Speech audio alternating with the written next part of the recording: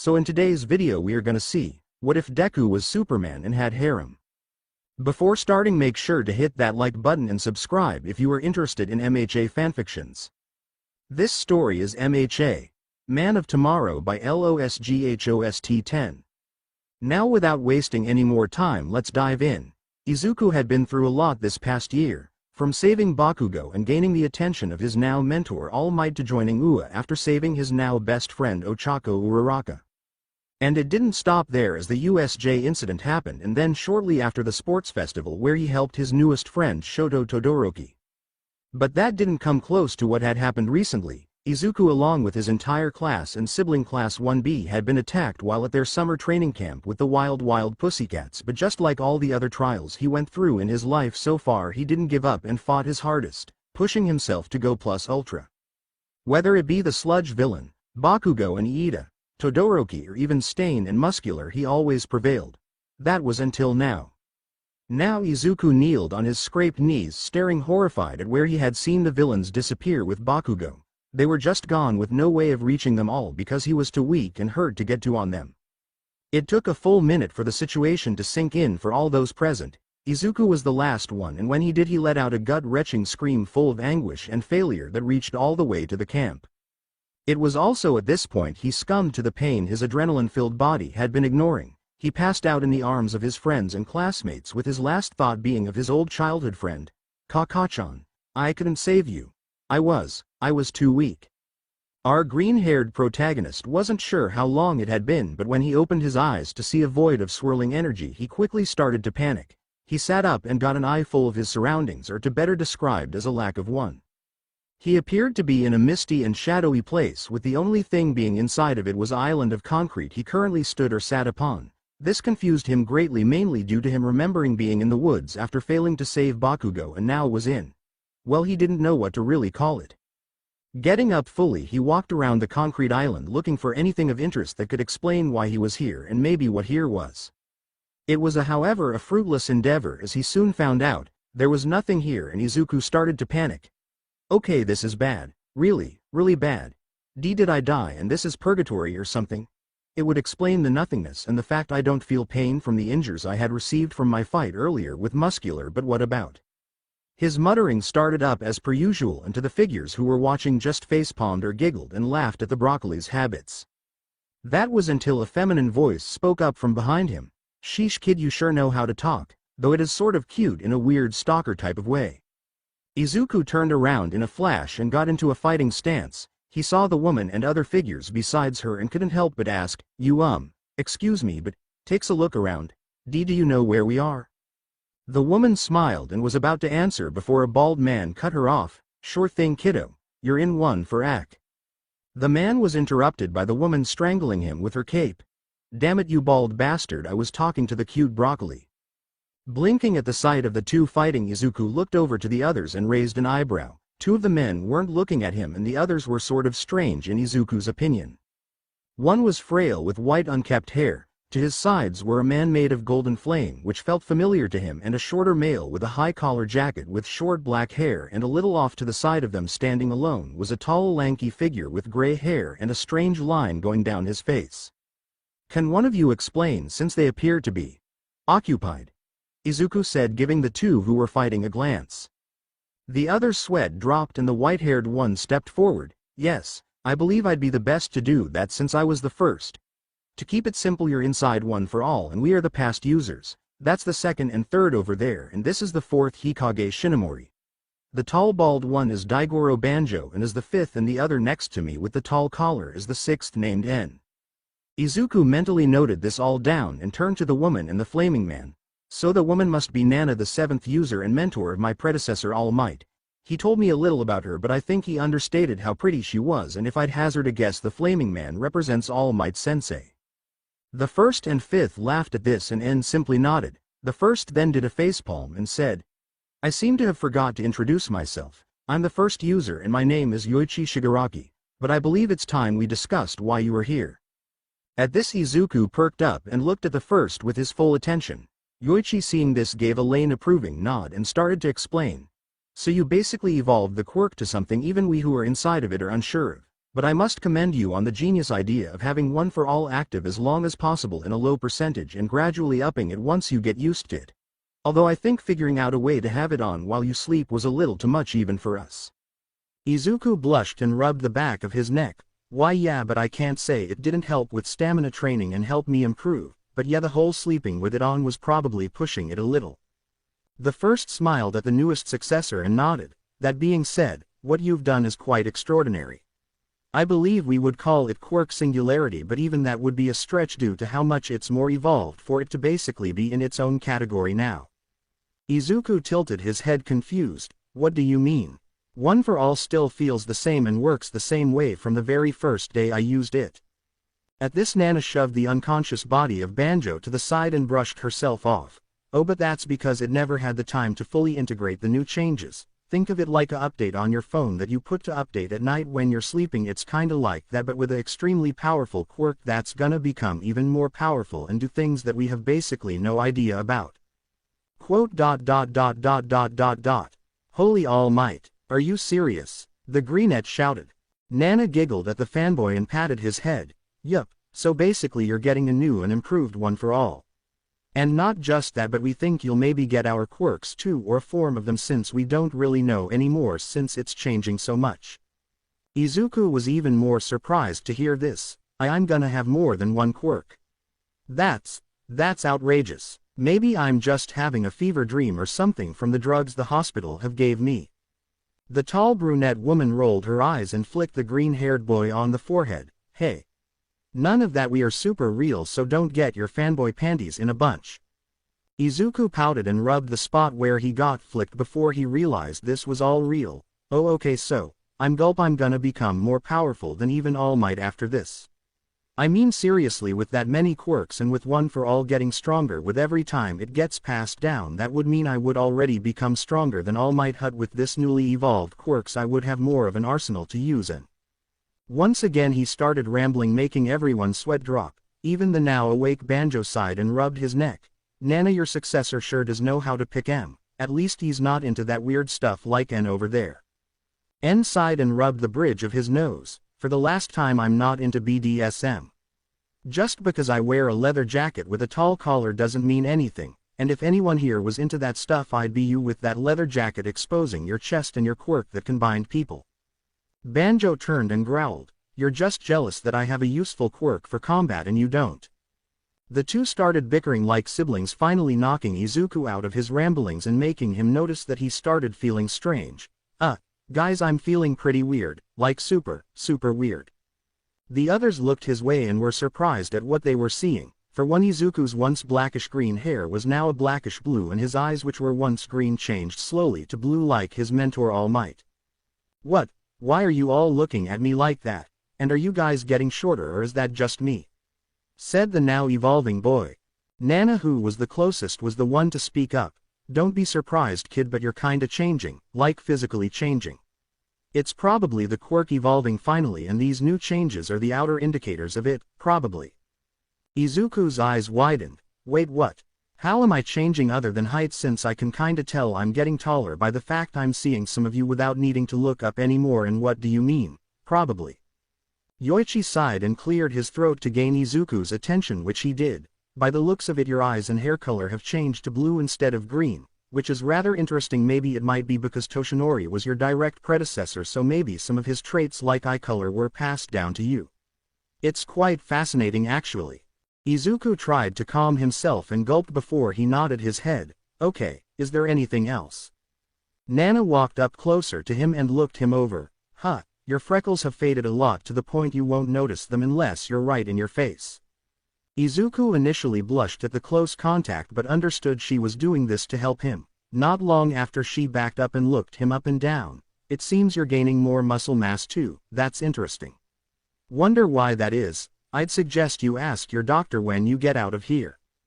The ninth gave a nod and felt something else. It was like his muscles had torn and then mended, but they repeated to do so over and over again. It felt dreadfully painful, but soon went away, and along came a new feeling that made him feel almost weightless.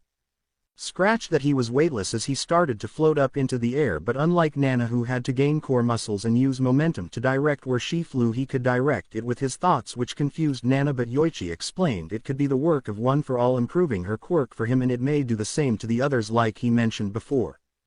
This conversation about quirks evolving went on for a bit as Izuku got somewhat control over his new flight abilities, but the conversation stopped abruptly as energy formed around Izuku's eyes and shot out into the void. It surprised them all because at first it looked like Banjo's whips, but soon changed to a laser beam that lost all the black but kept the red. Holy shit, how do I stop? Izuku yelled out, panicking. Banjo, shaking himself out of his stupor, ran over and placed a hand on his shoulder. Alright, you gotta relax, kid, and will it to shut off. Think of it like on and off switch in your head, all you gotta do is flip it off. Izuku was still distraught but tried his best to listen to his predecessor and willed the beams to go away. It took longer than he wanted, but he got it under control after a while of trying.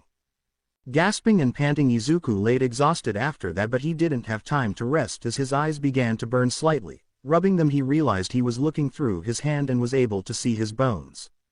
It freaked him out at first, but when he turned to address it he looked right at Nana. But since he tried turning his new X-ray vision off, he accidentally weakened it to the point he could only see through clothes, in this case Nana's clothes. Drip drip drip. Nana quirked a brow as she looked at the 9th user of One for All. Izuku, your nose is bleeding, you doing alright? Izuku didn't respond as his eyes trailed from her chest down to her nether region, where he immediately fainted and fell backwards. Nana, seeing this, looked down at herself, wondering if she forgot to zip up her costume or something, but it wasn't, so she was confused. Hikage, however, figured this was his danger sense on a new level. If he was right, Izuku had enhanced senses, and in this case his eyes evolved to have X-ray vision. He pitched this idea to the others, making a few laugh and Nana to blush and look away, finding her cape rather interesting. A few minutes later Izuku woke up and immediately blushed at remembering what he saw. He made sure to mentally turn off his new X-ray vision and noticed a few more new adaptations, which were super hearing and that his lungs felt full even when he didn't breath, probably meaning he didn't need to breath as much or could possibly stay underwater for long periods of time without needing to resurface like a whale. The rest of his time in One for All was basically the same, with him finding more powers and testing and getting a handle on them. His favorite though was the healing and invulnerability, which from what the past users theorized was One for All, taking in account of his unusually high rate of injuries. That last part irritated him a bit. It wasn't like he wanted to always get hurt, but he just always found himself in situations where he had to protect someone or himself. However, after a while he started to feel like he was fading, and the others noticed he was slowly disappearing from inside the quirk and waking up. Nana went and wrapped him up in a hug before he disappeared. Don't worry, you're just waking up, kid. Now when you get out, tell Toshinori, and if you can go and talk to those girls you have crushes on, that'd be great too. And remember confidence and being true to yourself and act natural. Girls hate false bravado. Izuku blushed at feeling her well-developed body against his, but agreed nonetheless. Yes ma'am, I'll keep what we talked about in mind. With that said he faded completely, leaving them all to themselves once more. It was quiet for a moment until Banjo spoke up. I still can't believe the kid got a full view of the Banshee in the buff. Kid's gonna enjoy that memory for his whole life, I bet ya. Nana, in a mere second, Superman punched the bald bastard and continued to pummel him and ignoring his screams as she did so. All the while the others looked away, trying not to get noticed by the obviously furious woman. 2 days after the summer camp attack, the newly colored eyes of Izuku Midoriya opened, showing the brand new blue hue. They also showed how groggy he was from waking up after a couple days of being unconscious. He pushed himself up and grabbed his head. After a second he shook away the stiffness and he looked around, noticing his surroundings. He was in a hospital room and he was currently alone. Not waiting for someone or calling a nurse, using the call button he got out of the bed and walked towards the bathroom. Finding he had no muscle fatigue, he made it to his destination easily enough, but when he looked in the mirror he was shocked. He was a lot more different from how he used to be. The color of his hair and eyes he knew already, but the fat on his face had slimmed down and his muscles, now looking at them, were similar to Yida, if not a little slimmer. One thing he kinda missed was his freckles. They were always there his whole life, but now they were just gone. It felt weird to see himself with them gone. Well, faint, but they were practically gone with how faint they were now. Sighing, he went to the toilet and used it. After he was done he washed his hands and left the bathroom, walking right into someone. He caught the person and helped them stay up. I'm sorry I didn't notice anyone come in.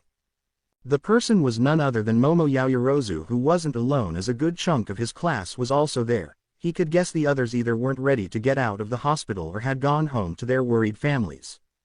Oh no, we thought this was our classmate's room. It's entirely our fault, but it is strange, I could have sworn the nurse said this was his room," said the beautiful Ravenette. Izuku chuckled at this and nodded. "Sorry, but you were in the right place, Yaoyorozu-san. It's me Midoriya, I just went through something and my quirk changed my appearance a bit." Momo along with the others gasped at this and looked him up and down. Kaminari, who was next to a very jealous Mineta, couldn't help himself and said, "Dude, you're jacked. Well, more than usual since you were already pretty muscly before, but this is just, damn man. And why is your hair and eyes blue?" Izuku nervously rubbed the back of his head as he explained, "I'm not that much different really. Sure, I'm taller and have more muscle, but I'm still me, guys. Still the same Izuku Midoriya you guys went to class with and train with." One of the people in the crowd of classmates walked up and looked Izuku up and down. This was none other than Kyoka Jiro, who had a bandage on her forehead and a band-aid on her cheek, so the same guy who would get embarrassed from being next to a girl. Or did you finally grow a little confidence to even let a girl touch you without apologizing and or fainting? All Might's secret successor Grimace, he wasn't that bad. Okay, maybe just a little, but seriously, there are plenty of guys who have problems communicating or just being with women. Yes, that one, but many have the same problem when it comes to interacting with women, so it's not like I'm the only one with that problem. Kyoka rolled her eyes and smirked. Maybe, but I prefer you the way you are, you big nerd. Now I'm pretty sure we all came here for more than to come see you, so Kirishima, step up and explain or I'm hitting you with my jacks. Kirishima did just that, and in front of the crowd, he explained the situation and how he wanted to go and help Bakugo with the tracker they had from Momo's quick thinking during the attack. Izuku, after hearing the plan, hummed and nodded that the plan, for however simple it was, could work, but before he could say his answer, Iida and Sue stepped forward to express their opposition. "Midoriya, you and I both know this should be left to the pros. They have the situation handled, and if we interfere it could possibly endanger Bakugo more than help him." The blue-haired glasses-wearing teenager known as Iida made a valid point, but Sue really brought it together in her statement, and it's highly illegal and could get you all hurt if you're not careful.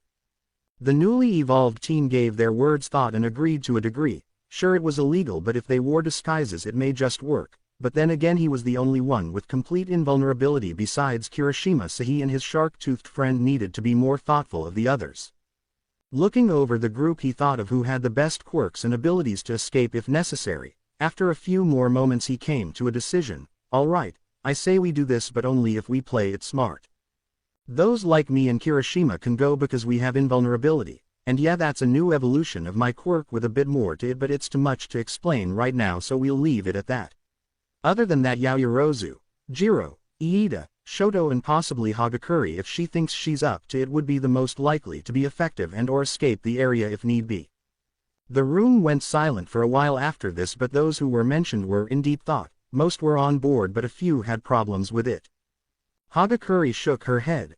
"I'm sorry Midoriya, but I'm not comfortable with going. It may be cowardly of me, but I don't think I would bring much to the team and would be more of a deadweight than a pushing force to the team."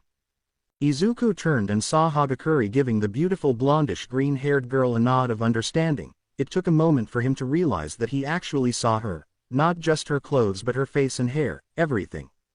His eyes were wide and he blinked in surprise. "Wow, I didn't think you'd be so pretty, Hagakure-san." Toru Hagakure tilted her head curiously hearing this before saying, I don't think my clothes are any different that you've seen me in Midoriya, but thank you." Izuku, realizing the misunderstanding, cleared his throat embarrassed. "That's not what I meant, I can see you. Like actually see you. You have pale skin and pretty eyes. Your hair is also pretty too, with its vibrant coloring. It's kinda greenish blonde with purple highlights."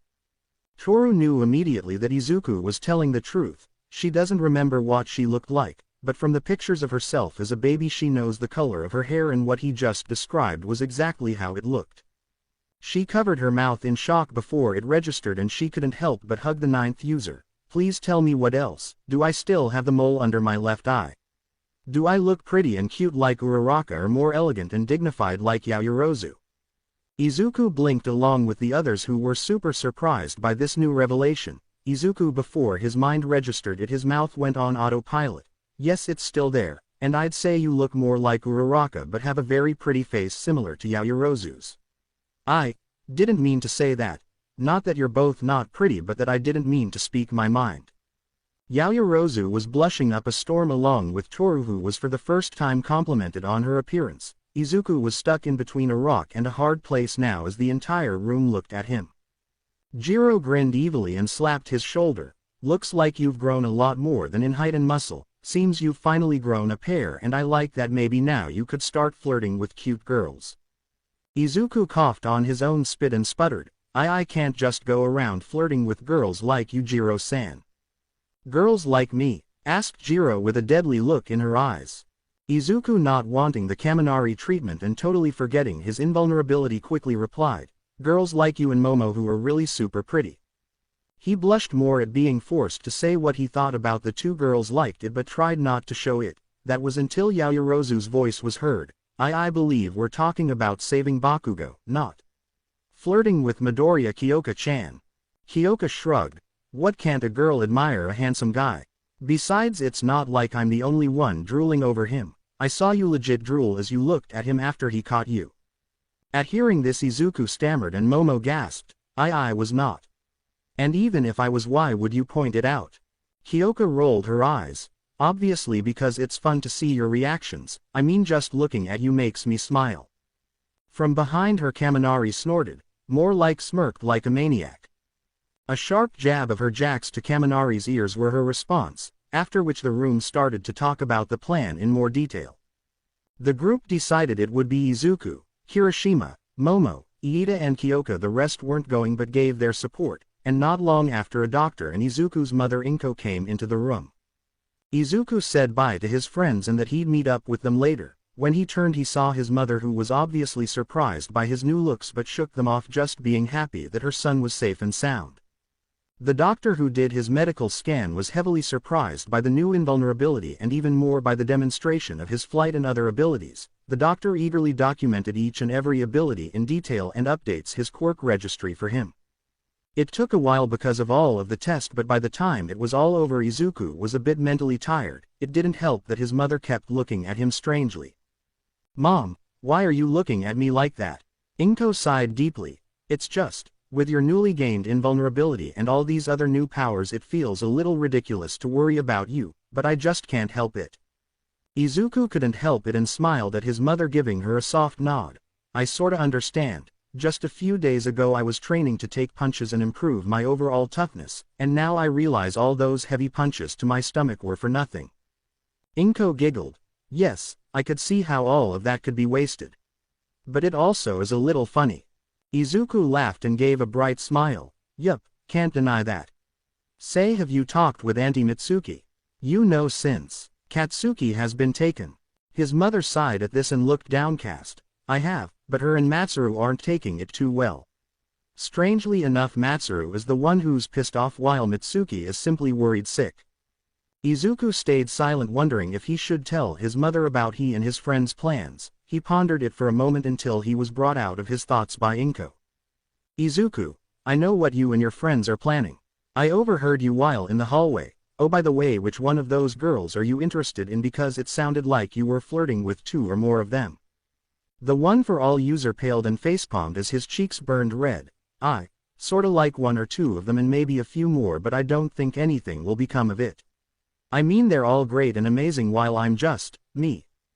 His mother's smile turned to a frown as she sighed. You definitely get your self-doubt from me, that's for sure, but ignore that feeling or voice, Izuku. Any of those girls would be lucky to be with my little superhero. Inko then caressed his cheek while giving him a stern look. You've never noticed, but when it comes to protecting people you're like a different person. You sort of remind me of All Might in a way. So don't let self-doubt get you down, and remember that the part of you that makes you super isn't your quirk, but your heart. The newly blue-haired boy smiled in return and placed his hand over hers. Thanks, Mom, I needed that. But does that mean you're okay with me and my friends going to help Katsuki? Inko frowned for a second before nodding. I'm not particularly happy with it, but I can't stop you. It's in your nature to help people, even those who don't treat you right. Just be careful and protect your friends. I promise Mom, and I'll make you proud, and maybe if you could go get Yaoyorozu to make me some clothes since I don't think my old stuff fits anymore I'd appreciate it. Inko giggled and covered her mouth. Oh of course and I'd like to get to know my future daughter-in-law. M-O-O-O-O-M-M-M-M, exclaimed Izuku as his mother walked out the room.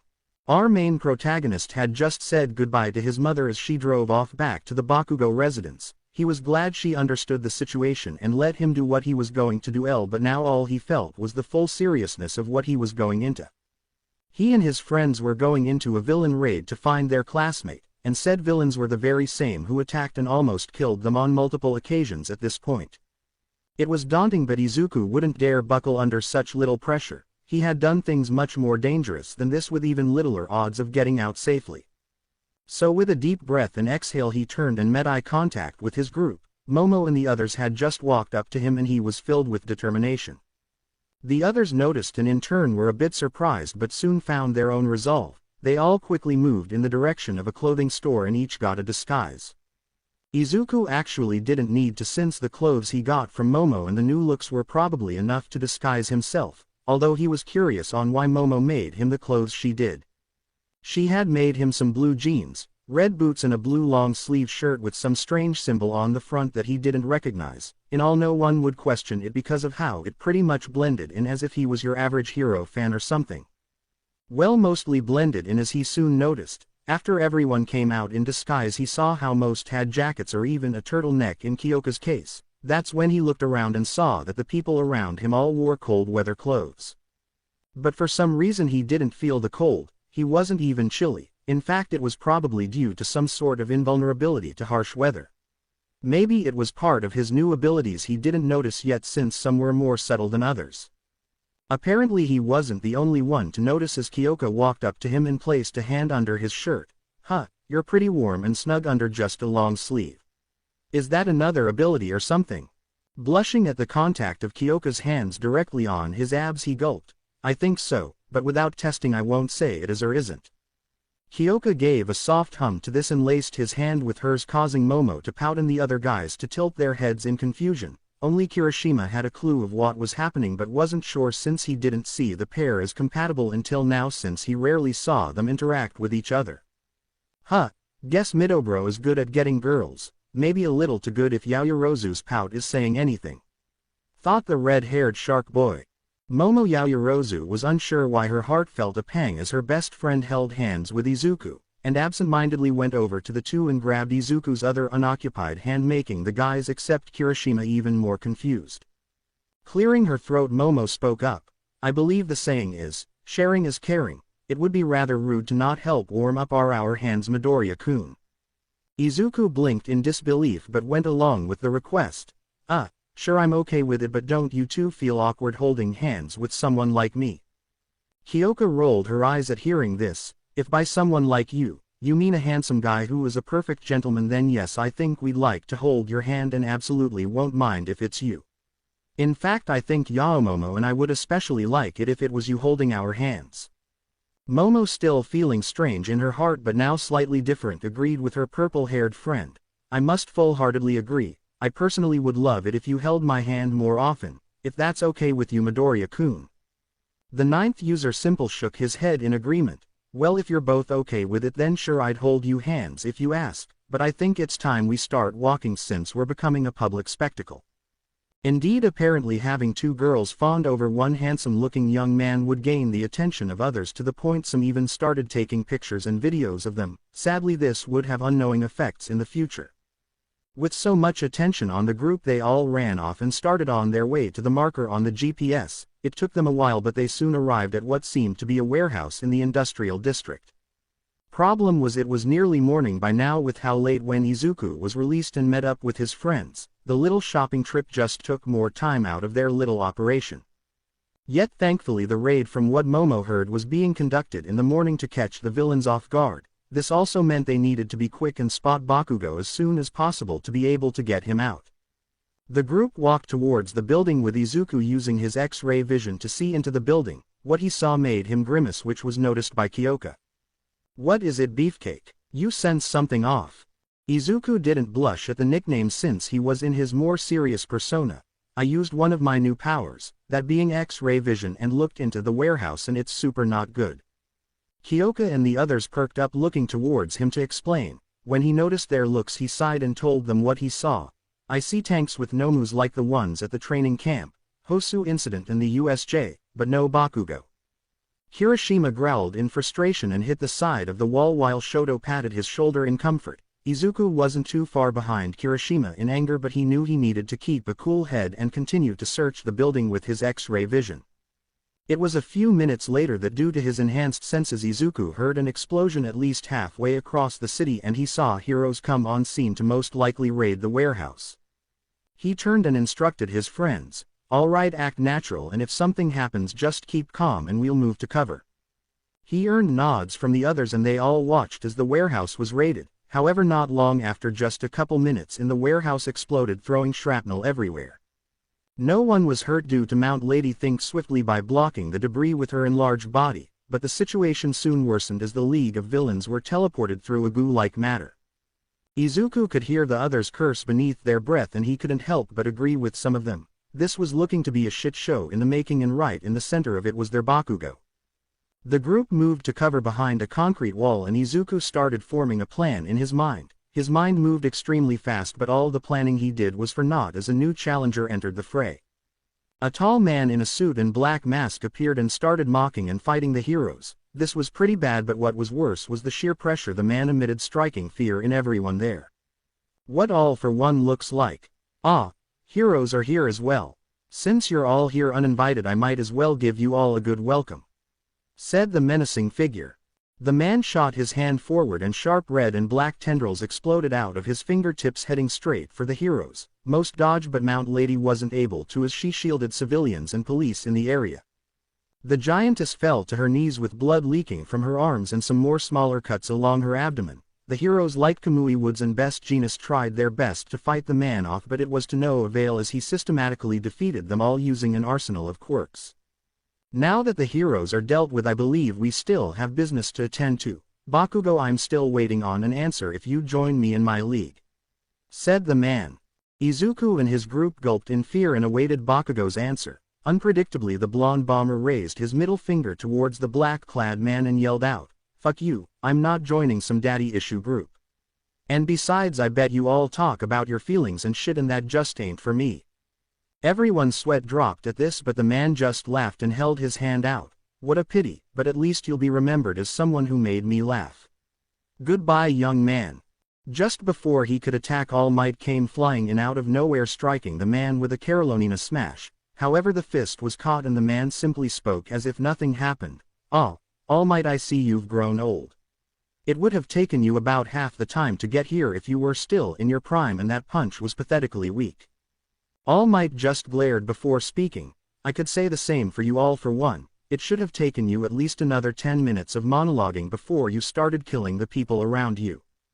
All for one simply smiled under his mask and threw All Might away with an air wall. "That may be, but in age comes wisdom, but you were never the wise type, so I'd say you're the senile sort of old man." The number one hero landed and jumped back into the battle with a punch to the shield, causing All for one to be pushed back slightly. "You're one to say someone's old, you damn fossil." As the two titans duked it out, Bakugo was surrounded by the League, giving him no time to escape unless he wished to be captured or heavily injured, but lucky for him he had a classmate who, with his newly increased strength, could now move faster than the eye could see. In a blue blur, Bakugo disappeared and reappeared behind the concrete wall where the heroes in training were hiding behind. The blonde, after realizing where he was, tried to proclaim his surprise but didn't get time to speak as he knelt forward and vomited from the speed he had moved in such little time without preparing for it. "Ack, why you sons of bitches, warn a bastard next time." Izuku grimaced and patted his childhood friend's back. "Sorry, I didn't really get time to warn you, and we kinda need to move, so we need to get going before they find us." Wait, who the hell are?" Bakugo started to say but was cut off as Izuku moved again, getting him and the rest of the group out of there and into an alley about a few miles away.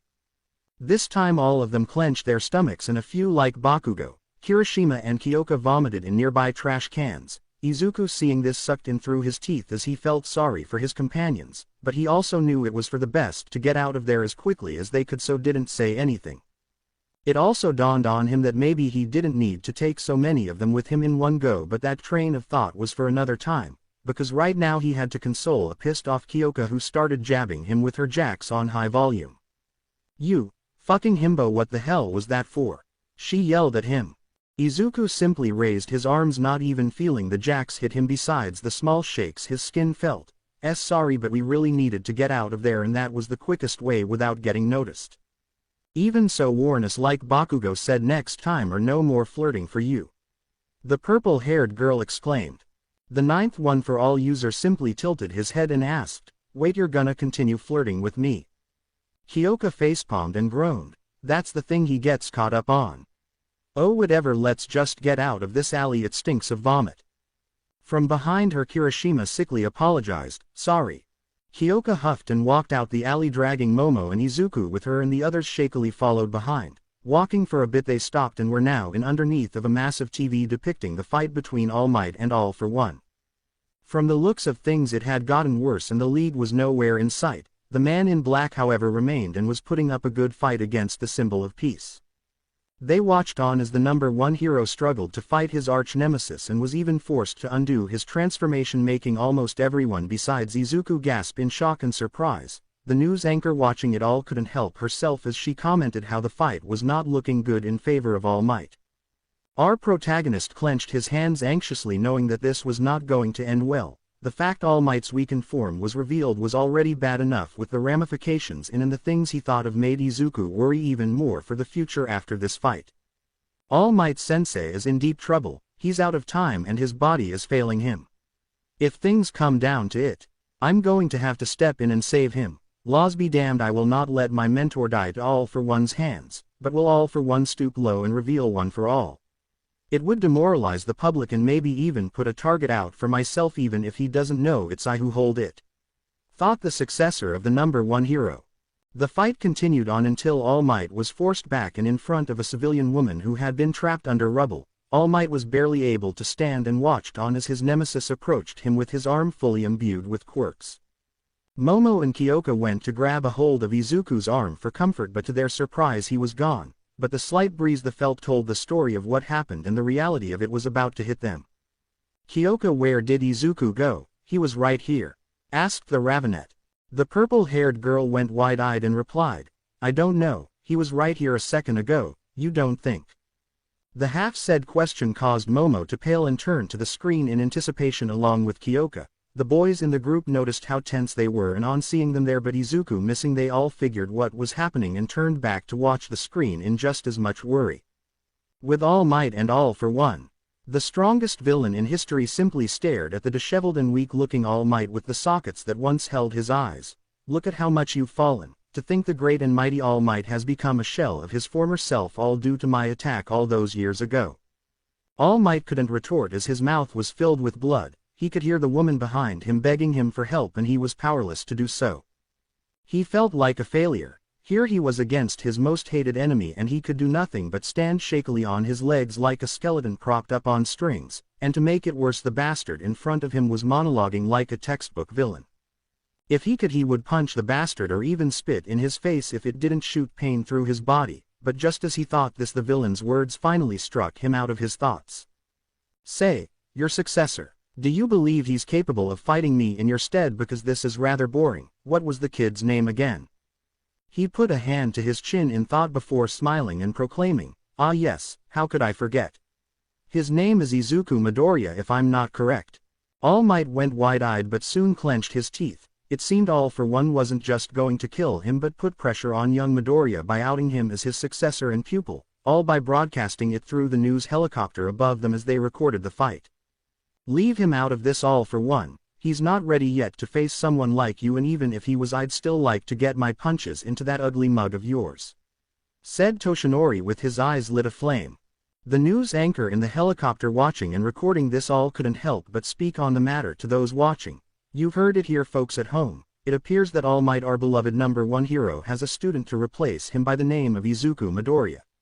If my memory is correct, the same boy was recently in the sports festival and from a recently uploaded video on HeroTube has fought not only the hero killer Stain but also the mass murder Muscular."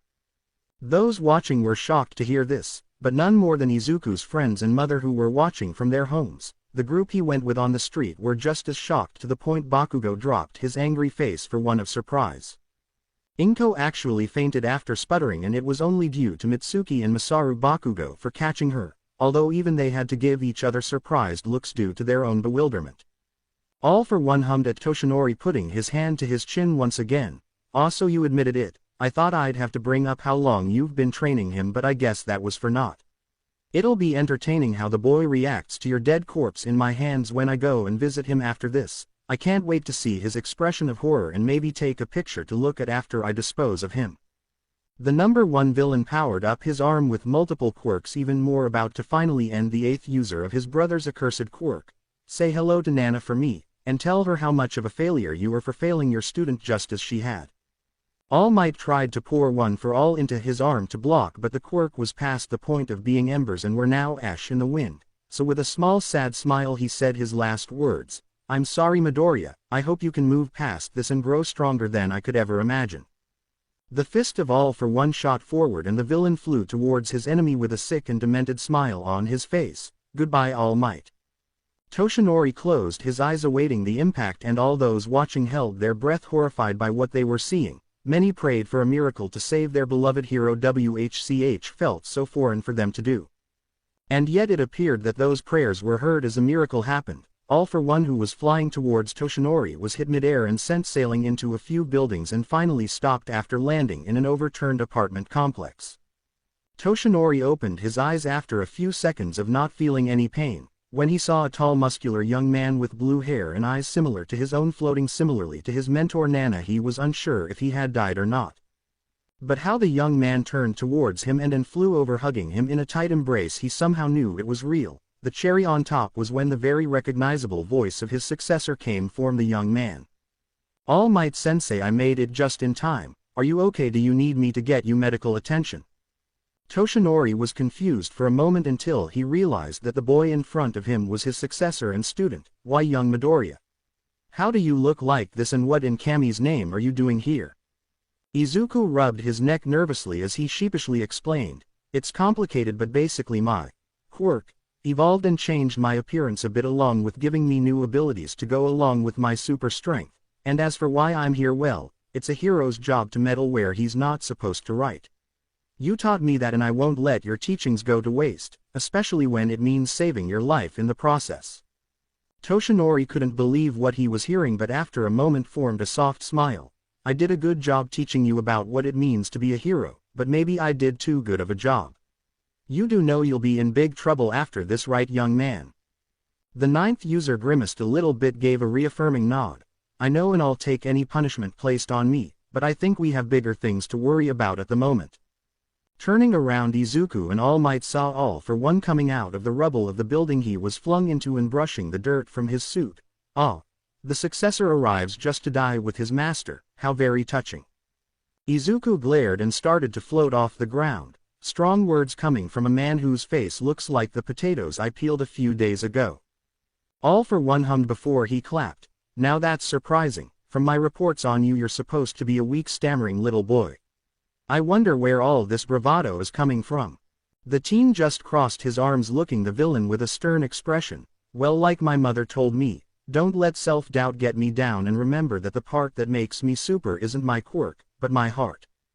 The villain just groaned hearing this. "That has to be the corniest thing I've ever heard, and I've had that blonde buffoon as a nemesis, so I'm an expert of corny hero talk at this point."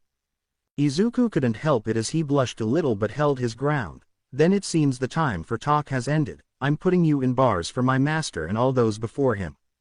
Those watching couldn't believe why they were seeing. The same boy they heard was All Might's student was about to face off against the very same man who beat the number 1 hero with no sign of fear. At this moment many across the world started to hope again and began believing in Izuku Midoriya, the boy who faced off against the strongest villain with absolute resolve and will. All for One smiled and replied to the boy with his arms spread out in a taunting manner. "Then come face your death, let's see how you compare to your sensei." The two started their fight with Izuku flying in and punching the villain back into the building he was previously smacked into, but this time Izuku followed behind to deliver a combo of punches that shook the earth beneath them. The ground broke apart and the building was turned into rubble in just a few punches. However, All for One was able to force Izuku back with a concussive blast from his palms, shooting the blue-haired boy into the air, just barely missing the news helicopter. The villain used a spring quirk to jump up towards the young man and delivered a haymaker to his gut with his hand that turned into a spiked club, but to the villain's surprise Izuku didn't budge or seem hurt at all by the attack and retaliated with his heat vision, blasting him into a crater. It took a moment for All for One to get out of the crater and smirked viciously. "Nicely done, boy, but it's quite shocking to see how that quirk of yours has evolved. It also reminds me of my own, if in a smaller scale due to only having a couple abilities, though a quirk that belonged to my very own brother would of course be somewhat similar if you think about it." The world watching all in unison gasped hearing this new revelation. To think the boy who trained under All Might had the same quirk of the villain he was now fighting. It was sort of poetic in a horrific, deranged way. Izuku didn't respond as he dove down at what he could only think was 100 miles per hour, slamming his feet into the villain's chest and holding him down with his strength. He then started pummeling the 100-year-old villain into the crater, making the hole deeper and shaking the entire city. This went on for a few good seconds before All for One used a earth-shaping quirk to punt Izuku off of him and into an adjacent building that was still barely standing. The villain, after regaining a bit of his cognition, used a boosting quirk along with a metal manipulation quirk and telekinesis quirk to force the building to collapse in on itself, with the boy still inside until all that was left was a giant metal sphere. "Ha! That shows you, brat. For a user of my brother's quirk you did pretty well, but even All Might in his prime wouldn't be able to get out of that without going past his limits, so I know you won't be able to escape." Izuku, who was inside the ball, grunted me groaned as he struggled to escape. The villain's words didn't matter. If people needed him he'd go beyond his limits and succeed, and now that he knew he needed more power he'd stop holding back like he currently was. The villain turned to the helicopter to gloat about his victory over the boy. A creaking sound could be heard, but it was too faint for anyone to hear. "Do you see this, Japan? Even your last hope failed to defeat me. The boy who had the number 1 hero's quirk passed on to him failed, and now you have no one left to face me. But don't worry. I won't kill you all, as I need subjects to rule over." It was then that a loud creaking of metal was heard from the giant metal sphere. Turning back towards the ball of metal that used to be the building, cracks could be seen forming throughout it and the world looked on in amazement. "Well shit," exclaimed All for One before the ball of metal broke apart and Izuku zoomed toward him and grabbed the collar of his suit. In seconds Izuku dragged the villain high up into the air, but didn't stop until they reached the atmosphere, where Izuku planned to go all out on the villain. All for One had burn marks around his body that he was struggling to heal, as he also needed to focus on healing his brain from the lack of oxygen and pressure put on his body. It was finally now that he understood why the boy took him here. Izuku was just fine and hadn't needed to take a breath at all. But he knew that fight wasn't over yet and not to underestimate his opponent, so with an idea in his head he flew around the earth in circles, causing immense pressure and heat on the villain, causing his bones to break and the very clothes and skin of his body to burn and char. This continued until the villain was a smoking husk and unconscious from having no oxygen to breath, and with his brain not focused on heal anymore he was soundly defeated. It wasn't the most pretty of battles in Izuku's opinion, but when facing someone like this he needed to use any advantage he could. Izuku, after seeing the state the villain was in, flew back down towards Japan and landed right where All Might was being taken care of by medics and an ambulance. Izuku dropped the villain's body to the broken floor, earning a groan of pain from the body. Kinda expected that to be harder. But then again, no one can live in the vacuum of space and then be deprived of oxygen and flown around the atmosphere to burn for very long. Even with healing quirks he'd be hard-pressed to fight back or think of a solution during all that pain. Toshinori just glanced at the body of his nemesis and blinked at how easy it was for his successor to kick the utter shit out of him, and from the hell that was his student's explanation of how he defeated him, even All Might felt sorta bad for how the villain was pummeled. Young Midoriya, don't you think that was a little cruel?" asked Toshinori, nudging the body with his foot, earning a grunt. Izuku just shrugged after thinking it over. "Not really. I mean, he has regenerative quirks and could have faked being unconscious or something, so I didn't wanna have a villain like him to trick us and end up hurting people, and even then I wasn't sure if it was wise to go all out in a city and cause more collateral damage." All those watching facepalmed or sweat dropped at how absurd the situation turned into.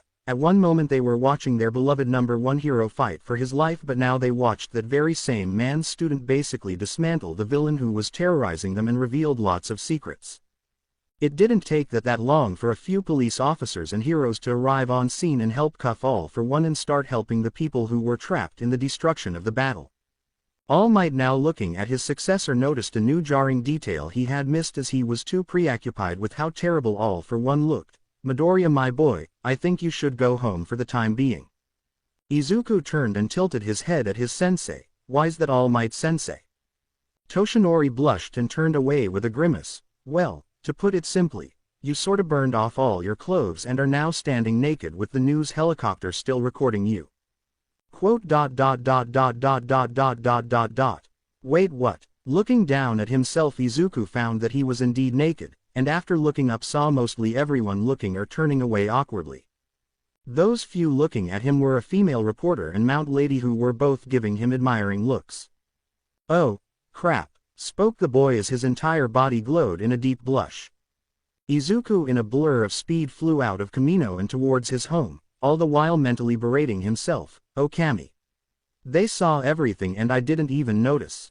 In a second he arrived at the front door of his apartment and fumbled with the spare key to enter. After unlocking and opening the door, he dashed inside, closing and locking it behind him.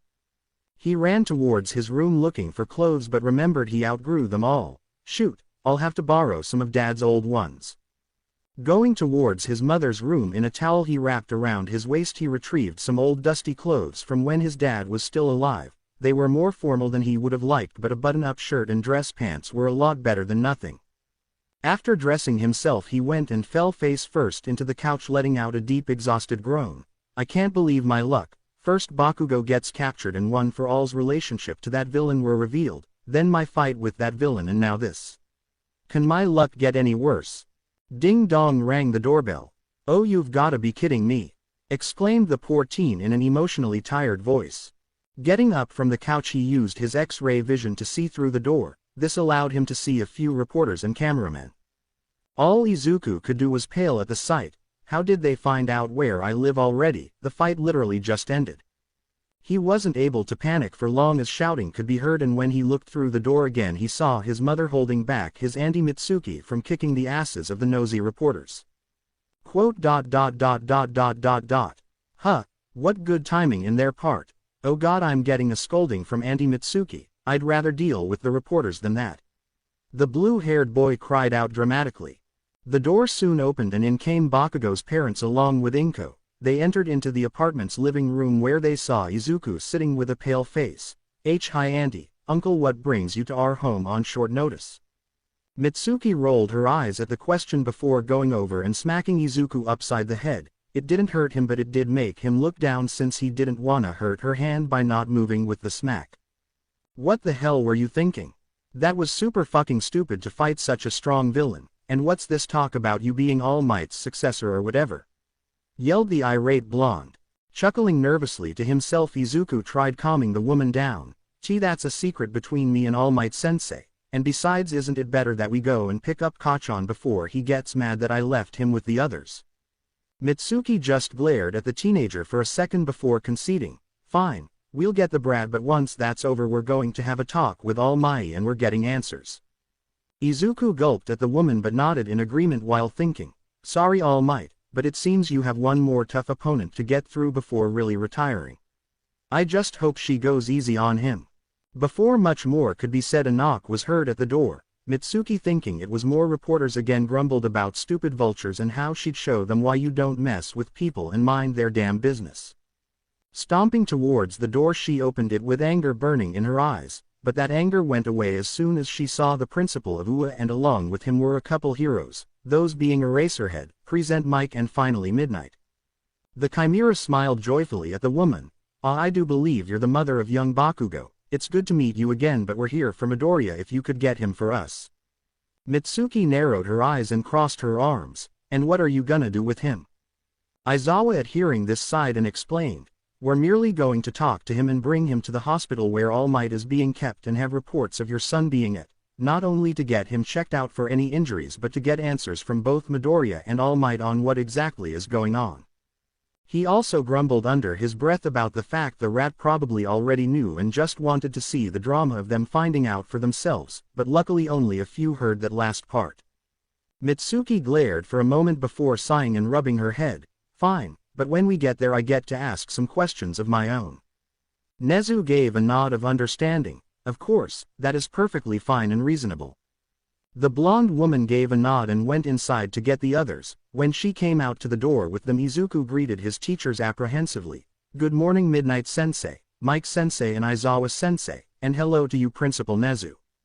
The teachers greeted back in variously different moods. Mike was happy to see the young listener while Aizawa was irritated. Nezu was joyful as usual, and Midnight, well, she had a nosebleed, so that said enough. They exited the apartment complex just to encounter the press right before they got to the car they were taking. A few young reporters charged forward to try and get a scoop on Izuku but were harshly pushed back by Aizawa, who flared his quirk. Get back, this is a minor and you will respect him and his privacy. If you wish for a statement about the Camino incident, then you'll have to wait for an announcement scheduled for tomorrow, said the rugged-looking teacher. The reporters were still visibly wanting to speak to Izuku, but due to law they couldn't without permission from his legal guardian, and from the looks the adults were giving them they weren't getting said permission. Most left, but some of the more seasoned reporters turned to Nezu for more details on the announcement. One female with lilac skin and black eyes that Izuku found similar to his classmate Mina spoke up. Principal Nezu, when exactly can you estimate the announcement to be made and where, if it's not too much to ask? Nezu turned to the woman and said, if it isn't Miss Chito's Kazuki, I knew you'd come to such a big scoop. To answer your questions, the meeting will be around noon and will be taking place in the front of UA. The now named Chito's gave a nod after writing the information down on a notepad. After she was done she looked up and said her goodbyes, but not before giving Izuku a calculating look. The reporters soon dispersed and Izuku's group were able to get in the black SUV with Aizawa at the wheel. As the car started and drove off towards the Musudafu hospital, Izuku couldn't help but ponder on the reporter that looked at him strangely. For some reason he felt like she was off in some way, but for the life of him he couldn't pinpoint why he felt that way other than that she was very smart and calculated in nature. He continued to think about her for the rest of the ride to the hospital, finally coming to the conclusion that something was just off with her and he would try and ask Nezu about her since he knew her by name. A little under half an hour later, the blue-haired boy walked into the hospital nervous as most eyes were on him. He even saw a few taking his picture, and for some reason most were girls around his age or women he could only guess were in their 20s. Inko saw this and smiled with tears in her eyes as she addressed Mitsuki. My baby boy has become a heartthrob. Oh, how I remember when he was just a baby going around praising All Might. As the signature Midoriya tears started to fall, Mitsuki patted her friend's back. Oh, don't be like that. I mean, sure, he's become any girl's dream boy with his looks, but that's just him growing up. It also doesn't really help him that he's still the shy kid he was before his quirk evolved or whatever. Girls are probably gonna eat him up if he's not careful. Hearing this just made Inko bawl her eyes out harder, making the entire group sweat drop. But not long after this they approached a group Izuku was all too familiar with, except for a few exceptions. When they saw Izuku and his group, two very angry girls walked over to him and pulled his ear, making him lean down to their levels. The ravenet of the two chastised him. Midoriya, what in the blazes were you thinking, flying off like that and getting involved in the battle of a hero and an extremely dangerous villain? The purple-haired girl asked right after her partner. And why didn't you realize you were naked on live TV sooner? The whole world probably now knows about your butt dimples. Izuku blushed and raised his hands in defense. Sorry Yaomomo-chan, Kyoka-san. I just couldn't help getting involved when it was my sensei and mentor. And as for the whole naked on TV part, well, I actually wish I noticed sooner too, since I was super embarrassed. Momo and Kyoka huffed at his response as if they already expected these answers, and that was probably cause they did with the type of selfless person Izuku was at all times, while also being a giant shy nerd with terrible luck at times. Sighing, Momo let go of his ear along with Kyoka. The taller of the two gave him a stern look and spoke in an even sterner voice. Once we get back to classes you are not leaving our sides at all unless it's for the bathroom or changing rooms. At this his point, neither of us can trust you not to get in trouble.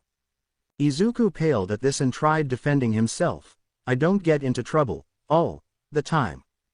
Kyoka raised an eyebrow at this and crossed her arms under her budding bust. Oh really now? Because if my memory is correct, and it damn well as I remember you getting into the sludge villain incident, the entrance exam where you destroyed the zero-pointer and saved Uraraka, the first battle training exercise with Bakugo, the USJ, Stain, the training camp with Kota, and how you fought Muscular, and after which you went to find Bakugo, and now this whole situation. Does that sound like you don't get in trouble wherever you go? Because to me it sure as hell does. Momo nodded to this as she crossed her arms under her much bigger bust, making it prop up a little. Izuku on the other hand was trying to think of a retort and found he had nothing. He sighed, conceding that he may have terrible luck when it came to villains or villain situations. Okay, you have a point and I'll stick by you when we get to class. You happy now? The two girls smiled and nodded before saying in unison, yup, indeed.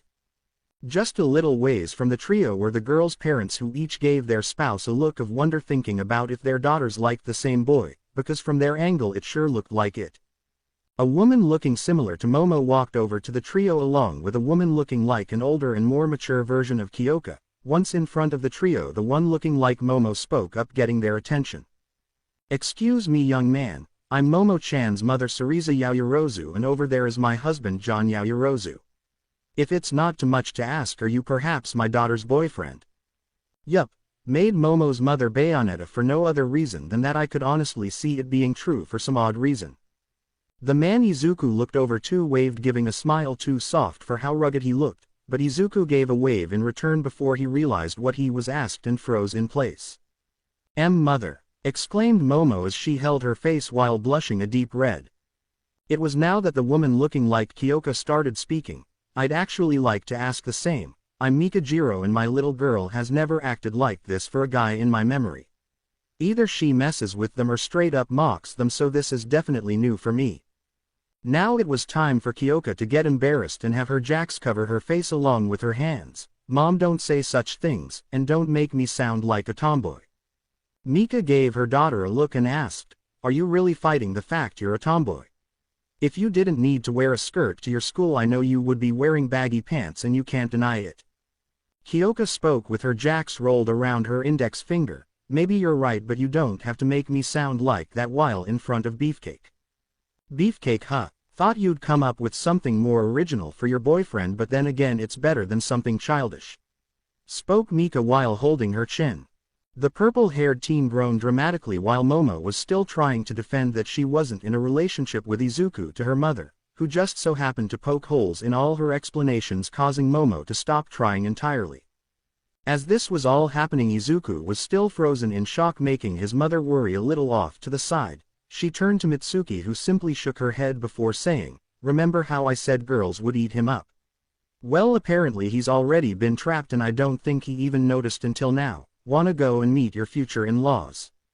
Inko fainted on the spot hearing this, making Mitsuki and her husband to catch and drag her over to Katsuki before place her in a chair.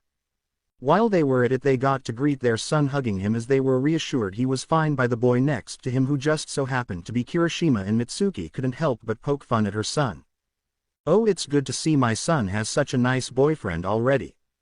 Hearing this made Katsuki blush in anger and embarrassment. "Damn it, you old hag." In all, it was a rather hectic meeting between all those involved, but Aizawa and the other teachers were used to this sort of chaos by now. After years of teaching rambunctious teens with superpowers, this kind of thing would be expected. Nezu during all of this had gone and spoke to Recovery Girl, who had done the treatment for Toshinori, getting news on his condition and well-being. Her explanation on the fact he could no longer use his quirk, and yet his body was not too injured due to Midoriya's interference before any bad injuries could happen, made the Chimera grateful. In all, it was better than it could have been, which was a miracle in its own right. One of his arms was broken but healed up nicely due to her quirk, and on the way to recovery with more treatments scheduled for the future. In fact, Toshinori was already good enough to walk around and just so happened to be awake already, which would be useful in explaining to the others and Izuku's mother about the boy's quirk and its origin. An hour later, Izuku had gotten to know the two girls' parents and found they were really nice people, especially Momo's father, who since meeting him started calling him son. It was odd at first, but he didn't mind anymore as he got used to it the more it was said.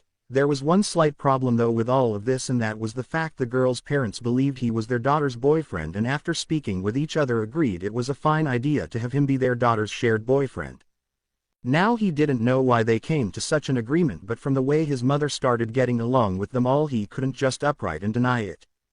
And with his crush on the two girls it was rather strange to be put in a situation where he could express his feelings without asking them out, which was a plus in his books.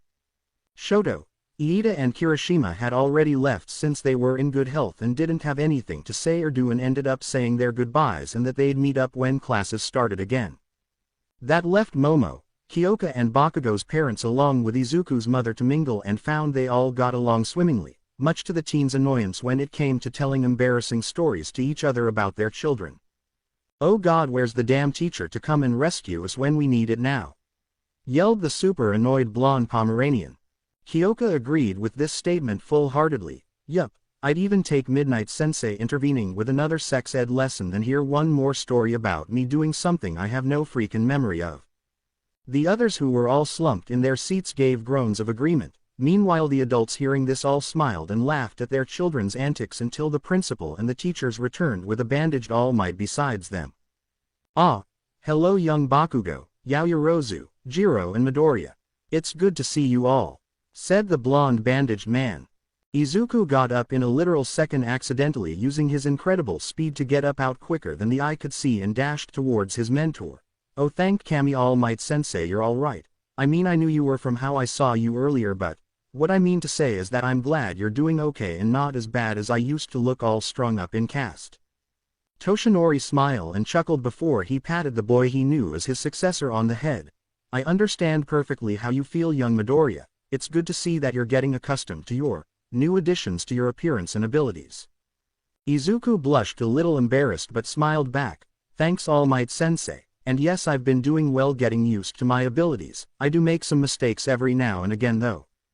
That's to be expected when basically having multiple quirks all in one, and you've only had them for a couple days at best, but even then you were asleep for most of that time," pondered Toshinori.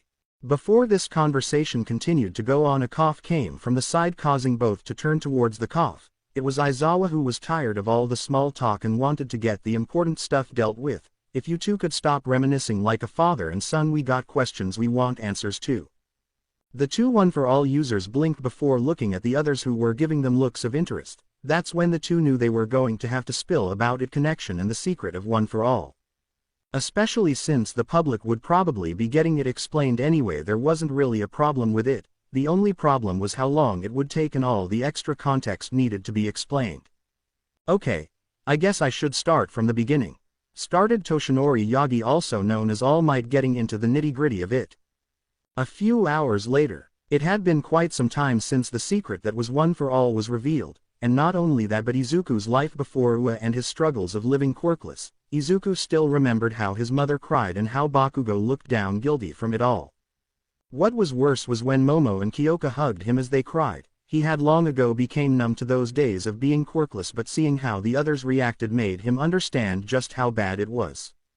Hell, even Nezu and Aizawa looked like they were playing on burning down his old school, and that's not with mentioning Uncle Masaru, and Momo's father John looked so cold that Izuku thought they were planning on assassinating the staff of Aldera. That was a while ago. Now Izuku was just finishing up going through extensive tests that Recovery Girl wanted him to go through, and the results were actually shocking to say the least. "Wait, so you're saying I'm absorbing sunlight and turning it into energy to strengthen my body even more? How is that even possible?" asked the blue-haired boy. Recovery Girl sighed and rubbed her eyes. "Maybe it has to do with one of the past user's quirks that evolved to absorb something else other than what it used to. To be honest, without knowing all the quirks of the past users, all we can do is just accept it and move on." Izuku nodded with this in mind. Not like he could do anything with this knowledge other than maybe planning on sunbathing now to get stronger, but that was just his mind trying to relax itself after learning such an absurd thing. The older heroine grabbed some papers that were printed from a machine and hummed. "Well, this is the last of the test results, and it's quite strange in all honesty." Toshinori and Inko, who were in the room with the teen, perked up at this, and Inko couldn't help but ask, "What is it? Is it something bad?" The worry was evident in Inko's voice, but Recovery Girl shook her head. "It's not bad, it's just that the part of One for All that was used to pass on the quirk is gone, or as I'm looking at the results has changed." Toshinori tilted his head in confusion, and Izuku was unknowingly copying him. Recovery Girl on seeing the two side. Kami, you two are too similar. To explain it in layman's terms, Izuku won't be able to pass the quirk on like it was in the past and will have to impregnate a woman to pass it down. The quirk is so ingrained into his DNA now that this would be the only way to produce another one for all user. What? Shouted out Izuku and Toshinori. Inko on the other hand took a moment to realize what was said, and when she understood it fully she gasped and then grinned joyfully. Yes. I'm gonna get grandbabies. Izuku turned to his mother with a giant blush. Mom. Don't say that and don't make it sound like I got a girl, you know what, without even having a girlfriend yet. Inko rolled her eyes at this. Oh shush, you have those two girls that are interested in you, so don't even say such things. You'll ask them out eventually, so it's just a matter of time. The teen just stared at his mother, not knowing what to do with what she said, and looked down at his lap. He thought about the implications of this and wasn't sure how to react. It was up to him getting together with a woman to pass on one for all, and with no real experience with girls it was basically impossible in his mind. It just had to evolve to be like this. Why, my luck is so weird sometimes. Thought the boy. Sighing once again, Recovery Girl texted Nezu the results and had in return got another text from the rat that made her grow a tick mark on her forehead. Damn that rat, the hell is he thinking? Turning to the three in the room, the old heroine spoke. Okay, with the test finished you all can go home. And Toshinori, your next appointment with me is tomorrow after the announcement Nezu is having, so don't forget. Toshinori gave an affirmative and got up along with Izuku and Inko before walking out of the hospital room. They walked for a bit until coming to the teachers and principal. They couldn't help but notice the smile on Nezu's face was bigger than usual, but just left that can of worms be. They all exited the hospital and drove off towards Ua, confusing Izuku and Inko. I'm sorry for asking, but wouldn't it be best for Izuku and I to go home until the announcement tomorrow? Asked Inko with a slightly confused expression. Nezu just smiled before responding. Usually I would agree with you, but with your son's relationship with Yagi-san revealed, we at UA don't believe it is safe at your home and instead are having you moved into the dorms of UA. Izuku and Inko became surprised at this and replied in unison, dorms. Nezu smiled more. Yes, an idea I had since the USJ incident actually, and the attack at the camp just sped it up to the point the dorms have all been made already and we were going to announce them soon, but now we will announce it along with Izuku and Toshinori's connection. Inko looked deep in thought for a few moments until she looked up towards the principal. Then what is going to happen to me once this all blows over? Will I need to quit my job to stay protected? The principal's smile faded after hearing this. I'm afraid you will have to quit your occupational and will be staying with us even after this blows over for your safety. And I actually want to give you an offer to be part of the staff at UA and help Recovery Girl as the school's second nurse. Inko went wide-eyed in surprise before stuttering. But I can't take such generosity, it doesn't seem right for me to have such special treatment. Aizawa groaned hearing this. He looked at the green-haired woman through the rear-view mirror. Ma'am, if it helps, this would be helping your son in the long run, just knowing that you're safe. And if that's not enough to convince you, then you could get to know the girls he's close to as our second nurse.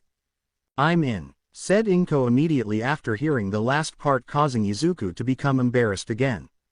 However, Izuku didn't have a real complaint and actually felt relieved that his mother would be safe and around heroes 24/7, and with her safe he could start thinking about more serious things. For instance, he had to deal with the press tomorrow, and that was going to be horrible since all the PR classes they had with Midnight so far had been a bust for him. He would always get nervous and worry about saying or doing the wrong things. But when thinking on this, he remembered his mother's words once again and thought, don't let self-doubt get you down, and remember that the part that makes you super isn't you Quirk, but your heart. I can't back down like that anymore. I face the #1 villain without fear, and yet a few reporters scare me. Yeah, that's going to have to change. I've faced much scarier things before in my life so far, and this shouldn't be too hard. With that thought molded in his mind, Izuku went throughout the day getting moved into the dorms and even dinner with a strong resolve in his eyes that everyone around him noticed. It was strange for them to see because it reminded them of different people. Some thought he looked like All Might, or in Toshinori's case reminded him of Nana. His utter resolve made them all rest easy. Strangely enough, it was like just being around him eased their worries and made them all feel as if everything was going to be all right, and even the announcement the following day would be nothing but a regular school meeting. If that wasn't enough, when he went out to train a little by lifting the weights All Might used to use during his time in UA, it made those who saw it remind themselves that the boy in front of them was stronger than even the #1 hero and would continue to grow from here. The next morning, the teen had gotten up early like usual and ate his breakfast before going for a run. Only problem was that his body didn't feel tired after a full hour of running at a ridiculous speed. After another hour and a half he gave up and went back to his new home where he took a shower. He didn't really need it since he didn't sweat at all but did it out of habit. It was around 11:35 a.m. when he was just relaxing on the couch with his mother that a familiar pink-haired girl barged into the dorm's double doors. "Hey Muscles, you here? It's me Hatsume, I got some shit to show you." Izuku raised an eyebrow before raising his hand towards one of the girls he secretly crushed on. "Hey Mei, what do you?" He was cut off by Mei jumping onto his lap and giggling maniacally. "There you are. Since I saw your fights and the one with that Darth Vader wannabe, I've been making you a new suit." Okay, replied Izuku, who was unsure what to do. Mei got off of him and dragged him off by his hand towards the support department, all the while not seeing Inko, who was staring at where the two just were. "He really is a chick magnet. Should I be worried about this?" asked Inko out loud, not getting an answer. Inside the support department, Izuku was forced to sit and wait on a stool as Mei searched through a pile of random tools and gadgets. He watched her, but his eyes kept drawing themselves towards the round rear that shook left to right as she searched. "So, what is it you wanted to show me?" asked the blue-haired boy, trying his best to keep his mind occupied. The pink-haired girl didn't respond for a second until she found what she wanted. "Aha. Here it is, now let me show you my newest baby." Izuku looked at the briefcase before looking up into her crosshair eyes. The pink-haired girl opened it up, showing the same symbol that was on the shirt he wore during his fight with All for One. "The same symbol from my fight?" he asked, still looking upon it. "Yup.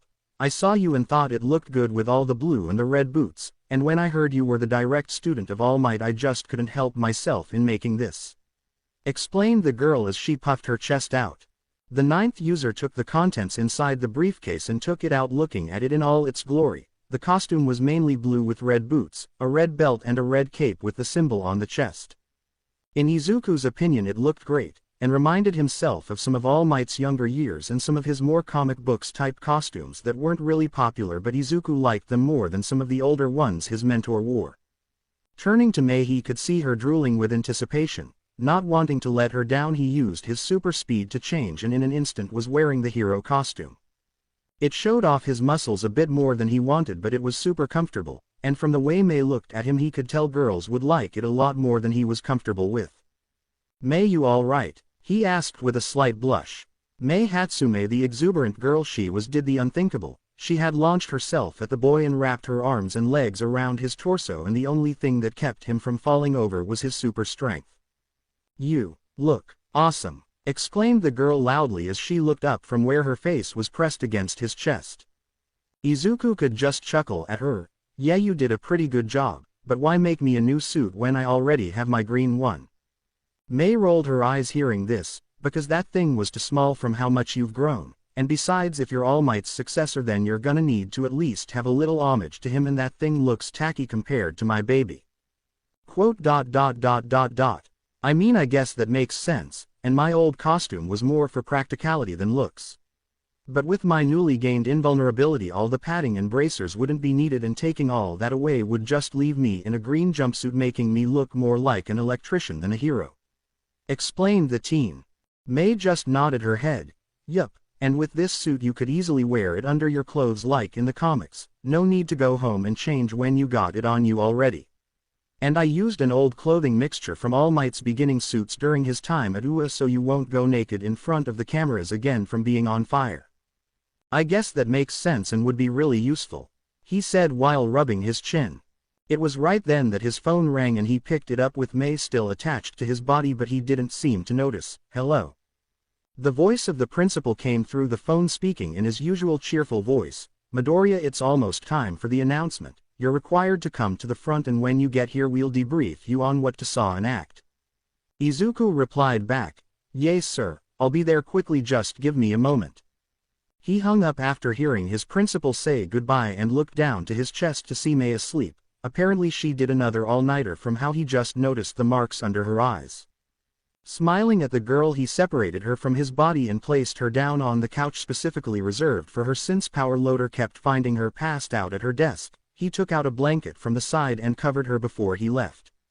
If only he knew that she had been awake and just pretended to be asleep so he would dot on her. It was something she started doing whenever she was sleepy and Izuku was around. She didn't understand why she did it though. I feel so strange when Muscles treats me like that. I should ask Midnight Sensei when I get the chance for advice.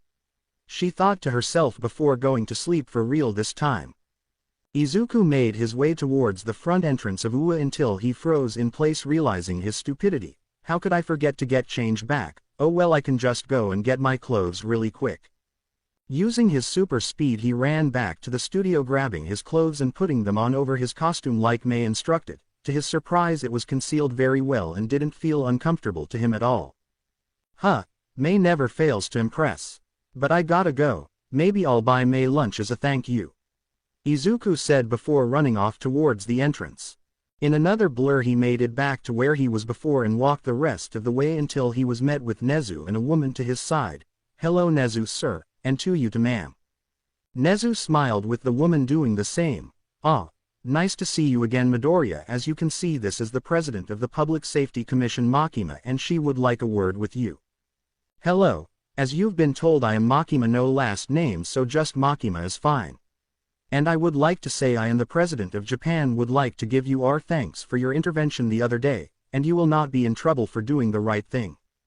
Izuku was rather bashful as he replied, it was nothing really, I just did what I thought was right and I couldn't very well stand still when knowing I could help. Smiling Makima gave a nod. That's understandable, but what you did goes beyond doing the right thing. You risked your life for those of others and that can't be taken lightly. Therefore any laws you broke by fighting have been ignored, but you will be given a warning not to do hero work without your license, but from your previous encounters with villains I'd say that warning won't be paid that much attention to. Izuku grimaced.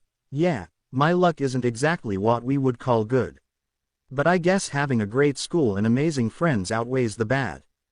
The two adults chuckled at this and proceeded to explain what they would be doing. Izuku didn't have much to do in this press conference other than sit for the whole thing until the end where the reporters could ask him questions. Izuku was a little worried about that last part, but like he promised himself, he'd stand tall and take anything that came his way no matter how embarrassed or scared he felt. So with his will strengthened he agreed and walked out with Nezu and Makima. They walked to the center of the podium table where Aizawa and Toshinori were standing, all the while the reporters murmured amongst themselves. Many flashes of lights went off from the cameras taking pictures of Izuku, making him feel like dying inside but keeping his strong face on to hide those emotions. Ignoring those lights for now, Izuku gave his mentor a smile and got one in return. They all sat down and Nezu started the meeting off with explaining most of what happened leading up to the fight between Toshinori and All for One. It took a little bit, but after that was done Nezu went on to explain how Izuku and Toshinori met over a year ago and helped train him. How Izuku cleaned up the Takoba Municipal Beach Park to train, and how on the last day when the entrance exam was held Toshinori passed on his quirk. At hearing the last part the reporters went into a frenzy, but with a glare from Aizawa they all stopped but kept their intense stares on Izuku and Toshinori. Nezu, seeing he could continue speaking, explained fully the backstory behind One for All and how it can no longer be passed on. A few in the crowd didn't believe it, but All Might went over the known predecessors and how he was now quirkless like the day he was born, and any test they did on him would show so, and that through testing they count contest to Izuku not having the passing part of the quirk anymore. It was a tough pill to swallow, but a reporter Izuku remembered from the day before stood and spoke. Then if it can't be passed on anymore, does that mean Izuku Midoriya will be the last of the line of users of this One for All? And if so, how strong do you believe he can become? Toshinori smiled proudly as he proclaimed, the power of One for All becomes stronger as it gets passed down, so each successor will become stronger than the previous holder. In other words, Izuku my boy will become stronger than I could ever be, and with how the quirk evolved after the camp attack he has awakened other powers which are all incredibly powerful. The reporter known as Chitos hummed at this while writing something down. She sat down, but in her mind she was grimacing. Shit, this will not go well for the Meta Liberation Army, unless... The woman stayed silent as a few more questions were asked and Nezu started to explain more on the dorms and how Izuku's vigilante acts were dismissed by saving their number one hero and defeating a strong villain that would have killed hundreds if not thousands if he wasn't taken down. With that said, some asked if it was appropriate to allow him to go against the law even if he ended up doing good in the end. Putting it in consideration was the debate of do the cost justify the means, and in this case do the laws being broken constitute being ignored just because All Might was saved and a string villain was defeated. In all, it came down to the Public Safety Commission president to step forward, now I believe is the one in charge of keeping the order and rules for our Japan's hero society, that I would have authority over such a decision. At this everyone focused on Makima, who spoke. I and the President of Japan have looked over his actions and found they all were under lawful authority under the Self-Defense Act. Each time he was put in situations where he didn't attack first unless to protect someone, therefore we have concluded that Izuku Midoriya is in the right and in this case did what was best for the public, so any charges are hereby dropped. A few were surprised at this but more than enough accepted it and moved on, leading to the portion most were there for as Izuku was put on the spot to answer the public's questions. Immediately hands shot up and some started speaking to get the teen's attention, but the one Izuku chose was the woman he was most interested in since he saw her. You, Chitose-san, if I'm not wrong. Chitose smiled and stood up, getting a few grumbles of how it's always the pretty ones, but she didn't mind and asked her list of questions. You are correct, Midoriya-san. I'm Chitose from the Liberal Media of Japan news station and I'd like to say thank you for your intervention the other day. Izuku blushed at the praise but respectfully said, I just did what I thought I should as an aspiring hero. Doing the right thing isn't always easy, but making the tough choices are the most rewarding in the end. Very modest of you, but now I want to inquire on the type of person you are, if that's all right, said the reporter. Izuku felt a little uneasy at this but responded truthfully, I don't see anything wrong with that, ask away. Inwardly Chitose smirked as the hero in training was hooked. All right. I want to ask in your views on quirk usage and if you've ever heard of the Meta Liberation Army. The blue-haired boy thought about this for a few moments, using his more developed speed to think through his answer carefully while also being true to his own beliefs. I find that quirk usage could be changed a bit to allow more freedom, but at the same time there are some things we need to look at more carefully than we are currently, and as a matter of fact I have heard of them and even did a little digging into them when I was younger. Chitose was surprised to hear this along with the others, but Chitose smelt blood in the water and struck. And what exactly do you mean by some of that? If you can be more detailed, that would help me and the people at home understand. Izuku smiled before doing just that. Well, some things like quirks that aren't exactly dangerous but helpful could be like a person's car. Now stay with me in this, but I personally believe if someone can use their quirk that isn't dangerous and wants to do just that, then they should be able to, but also be held accountable for themselves.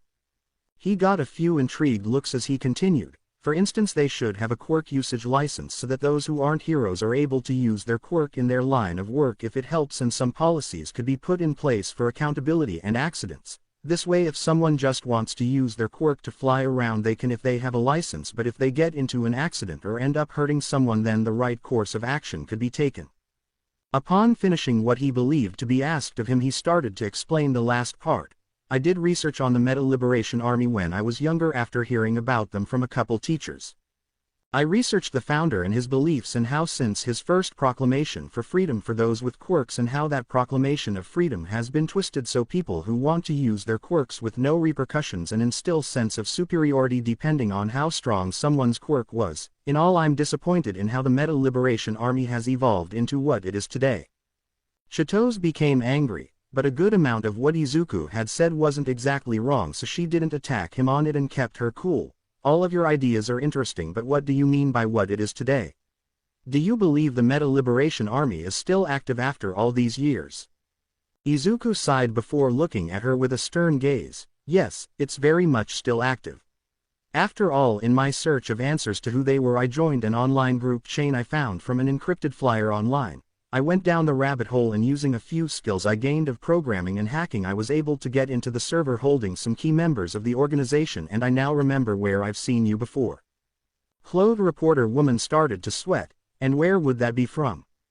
Leaning forward with his hands crossed over each other, he spoke sternly. Why, my Lady Blue Rose, I didn't expect to actually meet you in person, but that begs the question, do you recognize me?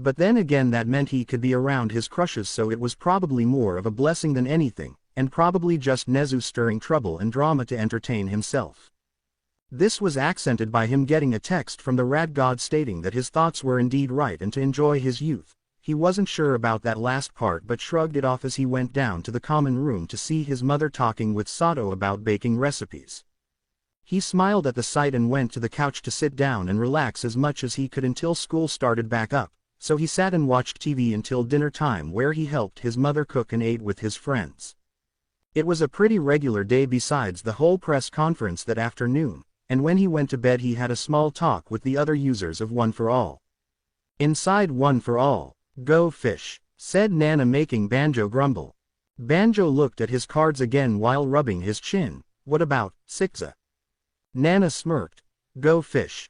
Banjo grew a tick mark and threw his cards. "Fuck this game. How can you not have any of the cards I have? That's literally impossible." The black-haired woman merely shrugged. "Ain't my fault you suck at this game, and besides it's about time the 9th gets here." At that moment Izuku fell from the sky and landed face first on the concrete platform. Nana smiled at this and pointed over her shoulder. "See? Got impeccable timing for stuff like this." Banjo just huffed and crossed his arms. "Fine, whatever, let's go talk to the kid." After standing up and walking away, Nana smirked, letting some cards out from under her gloves and thinking, "God, I love messing with that idiot. He still hasn't caught on to me cheating during our card games after more than a decade." She took her winnings of junk food and went over towards Izuku, who had started talking with Yoichi about the way the past user's quirks evolved into his new powers, so in other words nerd talk. After a bit of waiting for them to finish talking, which was a while, Nana cleared her throat to gain their attention, which worked as both hero nerds turned to her. Nana rolled her eyes at how similar both were and spoke. "So, it comes to my attention you're copying my cape 9th. Izuku blushed at this. "No, I'm not. I didn't even choose for May to put a cape on my costume." Nana giggled at him before stopping him from getting more embarrassed. "It's fine, kid, I know it wasn't your choice, I'm just pulling your leg, but anyway, how about we get to training? We didn't exactly get to teach you everything due to how little time we had." The 9th stopped blushing and became serious. "Yes, Nana-sensei, I'm ready." The other users smiled at this and proceeded to train Izuku to gain more control over his powers. After all, it would suck if he accidentally started breaking things due to not being able to control his strength or his more dangerous abilities. And that's how the rest of the night went, with Izuku gaining more control and finding new tricks to do with his quirks, like his heat vision being able to become a more focused beam or wide wave of destruction. But it didn't take long for him to say his goodbyes. He stirred awake in his bed and groaned. His eyes blinked tiredly and he sat up from his bed with a yawn. Rubbing his eyes and standing up from the bed, he went and did his morning routine, showered and dressed before he went down to the common room, where he saw Momo already awake and reading a book with a warm cup of tea at her side. Smiling fondly, Izuku greeted her. "Good morning, Momo. Are you the only one awake?" Momo looked up from her page and smiled. "Oh, good morning to you too, Izuku. And no, I saw Iida go for his morning run earlier." Izuku hummed at this and went to get some breakfast, which consisted of a few protein bars and a glass of chocolate milk from a hidden stash he had inside the fridge that no one knew about.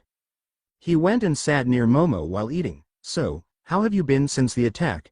No nightmares or anything, because I know Sue said she was having trouble sleeping." Momo bristled a little before replying. "I'm having a bit of trouble too, actually, but more in the fact I dream back to how I saw you and how broken your body was as you were carried away in a stretcher at camp." Izuku solemnly nodded at this. "Sorry, I shouldn't have brought it up. I just wanted to make sure you were doing okay since you're usually not awake this early." Momo sighed and put her book down.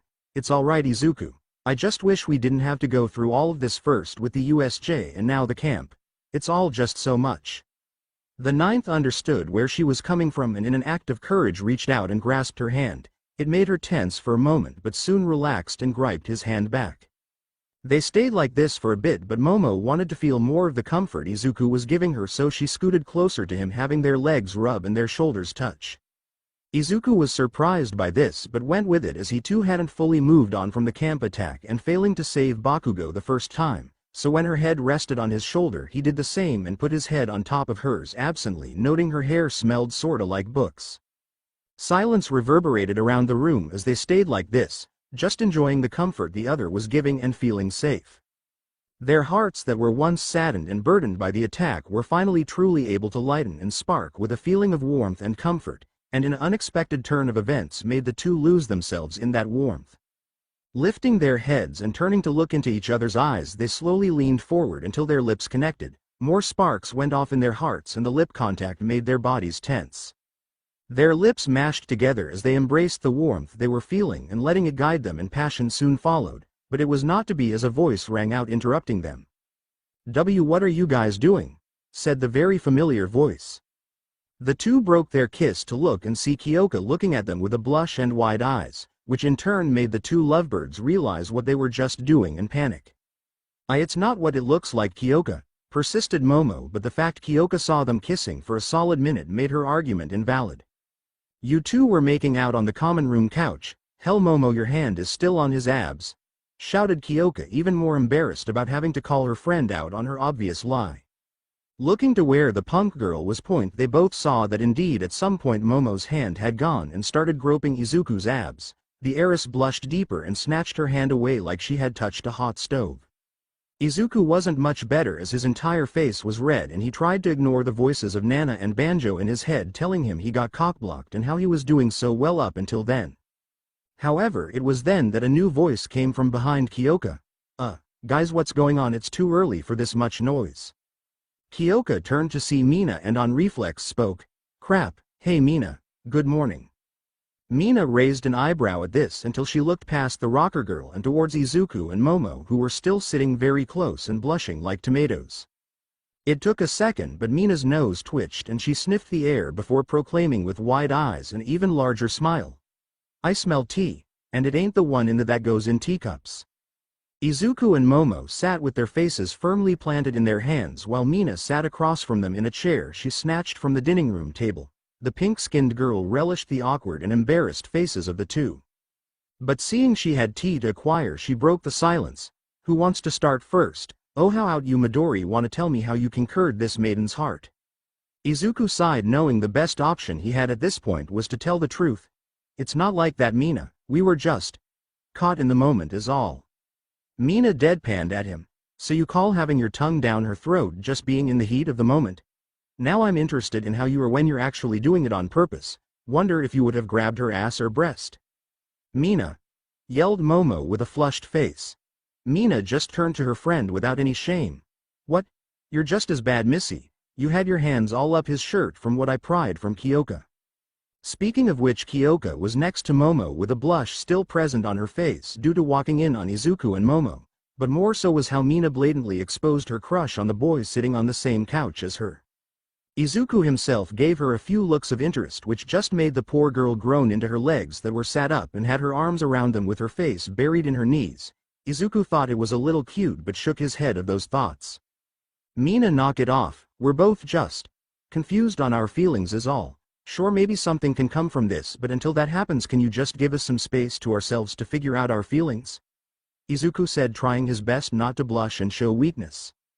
The pink-skinned girl looked at him for a solid minute before sighing and conceded, "Fine, but I want to know as soon as you three start dating so I can get the scoop on things." The trio blushed and exclaimed, "Mina!" Their outburst caused the alien girl to giggle madly and stand up from her chair. "Oh come on, I can tell there's some sort of love triangle between you three. It's only a matter of time before you guys figure it out yourselves." The three on the couch didn't say anything and watched the alien girl put the chair back while teasing them. They waited a bit longer until Mina was finished and started eating her breakfast a bit away from them. Kyoka sighed, pressing her face further into her knees. "This is the worst." Momo, seeing her beat friend upset, tried her best to comfort her. "It's okay, Kyo-chan. I mean, sure, your crush was told you liked him, but I can safely say getting caught making out is much, much worse." The dread in Momo's voice made both Izuku and Kyoka wince, but also ended up making Kyoka feel a little bit better, but not by much. "Thanks, I just sorta thought he would never find out. I definitely never planned on telling him, and having my feelings thrust into the open like that makes me feel exposed." Momo nodded sadly to this. "As someone whose hero costume makes me show a lot of skin, I can sympathize with you on some strange level, though I am curious." Kyoka lifted her head from her knees and turned to her friend. "Yeah. The heiress cleared her throat and continued with her train of thought. Well, I'm curious on how you ended up forming a crush on Izuku. Personality for me, it was how he acted towards me and always tried to be cheerful yet hopeful. It also didn't hurt that he didn't perv on me like most of the boys in class. Izuku smiled at this and listened to Kyoka's sigh. Alright, yeah, those are pretty good points. But for me, it has to be his caring nature that makes it so that he doesn't think how ugly I am or how my body isn't developed. No offense Yaomomo, but I'm pretty jealous at how much of a better woman you and the rest of the girls are compared to me. Momo's happy expression faded into a sad one and she reached over to grasp Kyoka's hand. Kyo dear, you are not ugly and your body is your own, which means it's perfect just the way it is. Heck, I've seen Izuku check out your legs quite a few times since you've propped them up like you have them, so if that says anything, he's definitely not uninterested in your looks like you think. The blush forming on Izuku's face was enough evidence that Momo's words were true, yet Kyoka couldn't help but doubt. Izuku caught the shift in body language telling him that Kyoka was still in denial. Momo is right, I may not be a pervert like Mineta or Kaminari. But even I can see you and Momo are both highly attractive people. Sometimes I wonder if I'm in a modeling school instead of a hero school from how amazing you and all of the rest of the girls look. The two girls blushed deeply at this and gave him thanks in their own way. Momo gave him a kiss on his cheek and Kyoka smiled brightly and verbally thanked him since she was too shy to do what Momo did. The three stayed like this for a bit, talking about their feelings, and progressed to other topics as time passed by. Soon enough everyone had gone downstairs for breakfast and their day officially started. Not a lot happened since they were all on break, so a few days came and went in a flash. That was until Toshinori Yagi, also known as All Might, texted Izuku around 10 a.m. on a Tuesday. Intrigued, Izuku opened the text and read it. Less than young Midoriya, it's been a bit since we've last talked. I'm still super proud of you and am currently reaching out to invite you and anyone who wants to join you to go on a trip to Island. Now usually I would have gone myself and invited you along, but due to Recovery Girl's orders I am to stay on UA campus until she gives me the go-ahead. That being said, I hope this helps you relax and is a fun trip for you. Also, if you can please say hi to my old friend David Shield and his daughter Melissa while you're there, that would be lovely. Greater than. After thinking of how to reply, Izuku replied, less than thanks All Might Sensei, I appreciate it and look forward to going. Is it alright if I bring 2 or more people with me? And I'll make sure to say hello for you. Greater than. After waiting a bit he got a reply saying he could bring up to 3 people with him since the plane wasn't going to be too large. Izuku replied it was fine and now was thinking of who to bring with him. Obviously he would bring Momo and Kyoka since he and them had been bonding the last couple days and have gotten pretty close with each other, but the real question was who to bring as a third. It didn't take long for the universe to answer his question for him as a mop of pink hair burst through his door and yelled, Muscles. You have room for little old me, right? Izuku looked at Mei Hatsume in utter confusion before saying his thoughts aloud. Mei, how did you know I was going to Island? Mei rolled her eyes and waved her hand dismissively. Oh, that's simple, I have your phone bugged and a tracker implanted into it. But forget that, you got room for me to go or not? On principle he almost told her no, but how could he say no to those puppy eyes she was giving him? Fine, you can come, but I still have to ask Momo and Kyoka if they want to join me, so get your stuff packed for when we have to go. Mei smiled brightly before hugging the tall blue-haired boy and running off shouted over her shoulder, thanks Muscles, see ya when it's time to leave. Izuku just stood there a second before replying back in small voice, you're welcome. I'm starting to think I will regret that choice in the future. Shaking his head at his weak will to say no to beautiful woman, he walked out of his room and towards Momo's room. It was a little later that he knocked and was allowed in with a soft, come in. Once inside the room he saw Momo and Kyoka on the rich girl's oversized bed lounging about scrolling through Netflix. On seeing him Momo sat up and waved. Hey Izuku, is there something you need or do you wanna hang out with us? Izuku smiled at the two and answered, yeah. All Might gave me the opportunity to go to Island in his place and I was wondering if you two would like to join me. Momo smiled widely and hopped out of bed and tackled Izuku in a hug. I'd love to. The blue-haired boy chuckled at the heiress and turned to Kyoka, and you rockstar. Kyoka blushed at the nickname but nodded. Sure, it would be cool getting out of the dorms since it's starting to become dull since we're not allowed to leave campus. Izuku and Momo nodded to this. For all that the dorms were set up to be, they soon realized after moving in that it was quite boring once you get in the routine of doing the same stuff over and over. So with getting his answers, he took out his phone and texted all Mote that he was being Momo, Kyoka and Mei along with him. Momo, who was still in his arms, looked at the phone and raised an eyebrow. Hatsume is coming with us. Izuku turned to her after sending the text. Yup, apparently she bugged my phone and put a tracker in it. I'm still not sure how to feel about it, but a part of me is grateful she could find me if I ever get into trouble. Momo immediately added to this, but on the other hand, she can see your text, phone calls and probably your photos and search history, right? Yeah. On second thought, this is probably a bad thing, but knowing her, I probably can't stop her, so I just gotta let her do her thing, replied Izuku with an emotionally exhausted expression. Before anyone could say anything else, Izuku's phone dinged, notifying him that he had a message. He opened his phone to see that All Might replied with a few thumbs up and said the flight would be at 9:35 a.m. the next day. Izuku replied his thanks and put his phone away. It was then that Kyoka spoke up.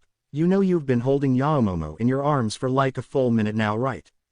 The blue-haired boy nodded. Yeah, but she's comfy, like a body pillow, but warm and smells nice, kinda like coconut and pineapple. Momo blushed red at the words. Thanks for the compliment. Chuckling, Izuku nodded. I would say it's a nice thing about you, princess. Now how about we cuddle in the bed for a bit and have Kyoka join in? The heiress nodded with a blush as she shoved her face into his chest and allowed him to pick her up and float them over and onto the bed next to Kyoka, who took the opportunity to snuggle into Izuku's side. They stayed like this for most of the day and only stopped when they had to go to sleep. Izuku, being the gentleman he was, went back to his room to sleep since he didn't wanna push their relationship too far just yet. Although personally the girls wouldn't have minded if he stayed and slept in the bed with them. Yet then again, if Izuku's mom, who just so happened to be the dorm manager, found them together, then that would have been bad, so they understood where he was coming from. The next day, Izuku woke up around 7:38 a.m. and went through his morning routine. He had gotten showered and dressed before heading downstairs to see that his mother had made him and his friends some breakfast. Izuku, good morning. I hope you're ready and packed for your trip in a few hours. You made sure to pack your deodorant, toothbrush, shower supplies and extra clothes, right? Izuku nodded while trying to ignore the way his friends were holding in their laughs and giggles. Yes, Mom, but I am a little light on clothes that fit me, so I may buy some while we're at Island. Inko smiled happily and guided him over to sit in between Kyoka and Momo. That's good to her. No, eat up or you'll be late.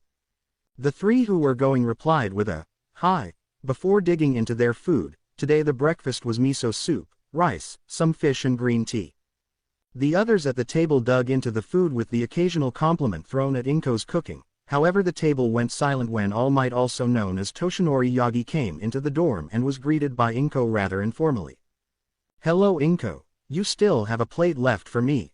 Inko giggled with a slight blush. Of course Toshinori, come sit with me and we can talk about some of Izuku's embarrassing moments when he was younger. A loud cough and choking sound came from Izuku, who grabbed his tea to help him not choke to death. He got the food down and turned to see Inko and Toshinori sitting together already and talking about the time Izuku brought his All Might figurines to school when he was 9. Shoto Todoric, Izuku's close friend, looked at the interaction between Inko and Toshinori before turning towards Izuku. So, if he wasn't your dad before when I asked, does this mean he's becoming your stepdad? Izuku didn't bother to reply while looking at his master, his sensei, his mentor and father figure, basically flirting with his mother. Nana, am I seeing this right? From inside his head he could hear laughing as Nana and Banjo laughed their asses off. It was only Yoichi that replied to his inquiry. Sorry 9th, but it appears the 8th is rather fond of your mother. Izuku paled further before fainting and slamming his face onto the table, this indirectly gaining the attention of Inko, who sat up and shouted worriedly, Izuku. A little bit later, our protagonist walked to the plane on the tarmac with dead eyes and left eye twitching from hearing Kyoka giggling every few minutes. She had been poking fun at him the last hour or two for fainting at finding out All Might was interested in his mother. Rockstar, it's not that funny, said Izuku in his dead inside voice. Kyoka just continued to giggle before responding, oh of course it's not funny, it's hilarious. She proceeded to laugh so hard she started snorting cutely. Momo, who was next to her, rolled her eyes but didn't stop the smirk that had been plastered on her face from going away. May, who was next to the group with a giant duffel bag, hummed to herself, not caring for whatever the others were talking about. They made it to the plane not longer after and boarded it. Huh, no pilot. I wonder if it has an AI, said May, and she made grabby hands at the cockpit. But before she could even touch the glass door to the cockpit, Izuku grabbed her and sat her down in a seat. She looked up at him to see his arms crossed and an eyebrow raised. I sure hope you weren't about to dismantle our navigation system right before we lift off, because if you were, then I'd have to handcuff you to your chair for the rest of the flight. May gasped dramatically. I would never. Okay, maybe I would, but come on, butt dimples, I won't get another chance at seeing an AI since I've been banned by most stores and companies in Japan that sell them. Izuku's sweat dropped at this. And maybe there's a reason for you being banned. May shrugged. I mean, is making a proton reactor in my garage from stolen tech really that bad, or trying to make a super collider during a tech demonstration? At hearing the pink girl's words, the trio responded in unison, yes. The maniac inventor pouted at this and grumbled how unfair it all was. Meanwhile, Izuku and the girls shook their heads at the girl and went about putting their luggage away and sat themselves down for the long flight. 3.5 hours later. After a long flight of Izuku stopping May from sneaking off to assess the AI piloting system, the plane landed and drove up to the departure stairs. Gathering their luggage was rather easy, but departing definitely was not. Since Izuku, Momo and Kyoka were heroes in training, apparently they were supposed to wear their hero costumes. Izuku of course had his costume underneath his clothing, so it was easy for him to dress himself by just taking his clothes off. The girls, however, had a bit of difficulty since the bathroom changing rooms were small, causing both girls to struggle in changing into their costumes. Thankfully for Momo, her costume was upgraded by May to be made of her DNA. Momo made sure to mention it to her parents that the support company they requested her old costume from didn't even tell her about the DNA synthesizer cloth was an option. Sure enough, a week later the support company was in ruins and it was sold to the Yaoyorozu company as compensation during the legal dispute. Momo still smiled when thinking about it. Kyoka's costume had a few tweaks here and there but kept the punk aesthetic. The only new addition was a fishnet underneath her shorts that she switched out for her old baggy pants. The jacket was also changed to be shorter and be more punk in her opinion. In exiting the changing bathroom, the two girls went over to Izuku with their luggage in hand. Izuku, upon seeing them, smiled and complimented them. Wow, and I thought you two were pretty beforehand. Now I don't know what to call you two. May laughed boisterously and answered for the girls. I'd say sexy, cool, sleek, amazing, or incredibly eye-catching. Izuku looked at May for a few solid seconds before asking, are you talking about the girls or the costumes and gadgets you made them? Not even a second after he asked this, May replied, their costumes and support gear, of course. The overpowered teen and the two beauties had varied reactions to this. Izuku sighed and shook his head. Momo leveled an irritated stare at May and Kyoka raised an eyebrow at the girl's antics. Letting that go for now, the group exited the plane and stepped down the stairs and onto the concrete. Izuku smiled widely at seeing all of the heroes and buildings and even noticed the giant hero known as Godzilla. But like always, whenever things were looking up for the teens, it just had to get ruined. In this case it started when the voice of a photographer rang out for all to hear. Oh my god, it's All Might's successor and hero of Kamino Ward. Midoriya, over here, over here. Izuku pled, seeing the swarm of people coming at him with cameras and microphones. Oh, super crap. May, Momo and Kyoka took their chance and escaped the mop of people, just barely escaping to see Izuku swarmed by reporters asking questions and a few female fans asking for his signature and a photo with them. Izuku could hear the voice of Nana laughing at his expense but ended up giving her own wisdom on guiding him through the experience of his first mop of fans and reporters. The teen was grateful to his predecessor and mentally thanked her a few minutes later after he finished with the last autograph. Strangely enough, they were all calling him by a different hero name than the one he chose with Midnight in class. He watched the last group of people leave and mumbled to himself, Superman. I don't really think it suits me, but if it's what I'm called, I guess I don't really have a choice now, do I? Momo with the other girls walked up to him and answered, not really. Apparently the S I put on your shirt during your fight with that villain has caused people to think it's related to your hero name since it hasn't been released publicly. Kyoka hummed at this. Yeah, but then again, Superman is kinda catchy, and just between us, I didn't really like Deku as a hero name. No offense, Green, but it was kinda lame. Izuku sighed at hearing this. It wasn't that bad. and it was like a representation of my strive to not be weak and show the world I wasn't as useless for being born quirkless. Kyoka shrugged before she and the others started walking. Whatever you say, big guy, but Superman sounds better. The ninth user just mentally sighed in aspiration before following the girls. Unbeknownst to him, a few men had arrived the same time as him but at a secured and unsupervised docking bay. Izuku and his companions walked through Island exploring its extensive supply of hero support gear and inventions. Mei was ecstatic, going from gadget to gadget like a child in a candy shop. The blue-haired teen chuckled when Mei found a pair of jet boots that she liked, but his brief moment of amusement turned to horror as he saw Mei started bickering with the inventor of the boots about how he should have made it differently. Shortly after, Mei was kicked out of the inventor section of Island and had to spend a few hours with Kyoka in the hotel they were given to cool off. This left Izuku and Momo to wander around until they decided to sit and have lunch. They had ordered their food at a little place that sold American-style food and sat outside under a table with an umbrella. Izuku could tell quite a few people were looking at him and gossiping, but he tried his best to ignore them to focus on spending time with Momo. "So have you had fun on our chaotic trip so far?" he asked the heiress. Momo smiled sweetly before leaning forward and resting her chin on her palm. "Yes. Even with Mei's unfortunate outburst earlier, I have had fun." Izuku smiled back at her. "That's good to hear. Have you gotten used to your new costume yet?" The heiress hummed and nodded. "Yes, it's better than that leotard I wore, and the fact it's more armored than that cloth used in my old costume is definitely a plus. Speaking of costumes, when did you get this new one? I haven't seen you in it until now."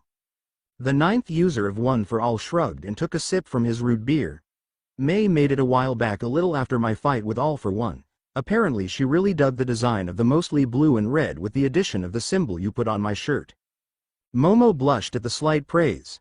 "Well, I'm glad she liked it enough to keep it as part of your costume. I'm rather flattered, actually." Izuku gave a cheeky smile to this. "Oh, I'm glad you feel that way, Momo." He paused for a second before forming a small blush of his own. "So, have you and Kyoka come to an idea on what our relationship is?" Momo took a moment to fight back the blush on her face and nod meekly. "We've decided to date you, only if that's all right, of course, since we know you're busy and have a lot on your shoulders, Aura." She was cut off as Izuku interlocked his hand with hers and speaking in a soft, comforting tone. "I understand. I want to be with you too as well, and I can create time to be with you both. It's no trouble at all." They looked into each other's eyes and started to lean forward until a voice came from their side, causing them both to freeze and turn to see none other than Kyoka and Mei. The former wasn't paying attention as she fiddled with a device, but the latter was definitely paying attention. She blushed a dark red and pointed to the people around them. "You do know you're in public, right?"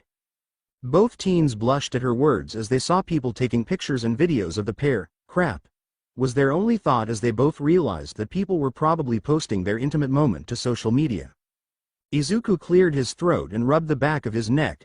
"Sorry, I got caught in the moment again."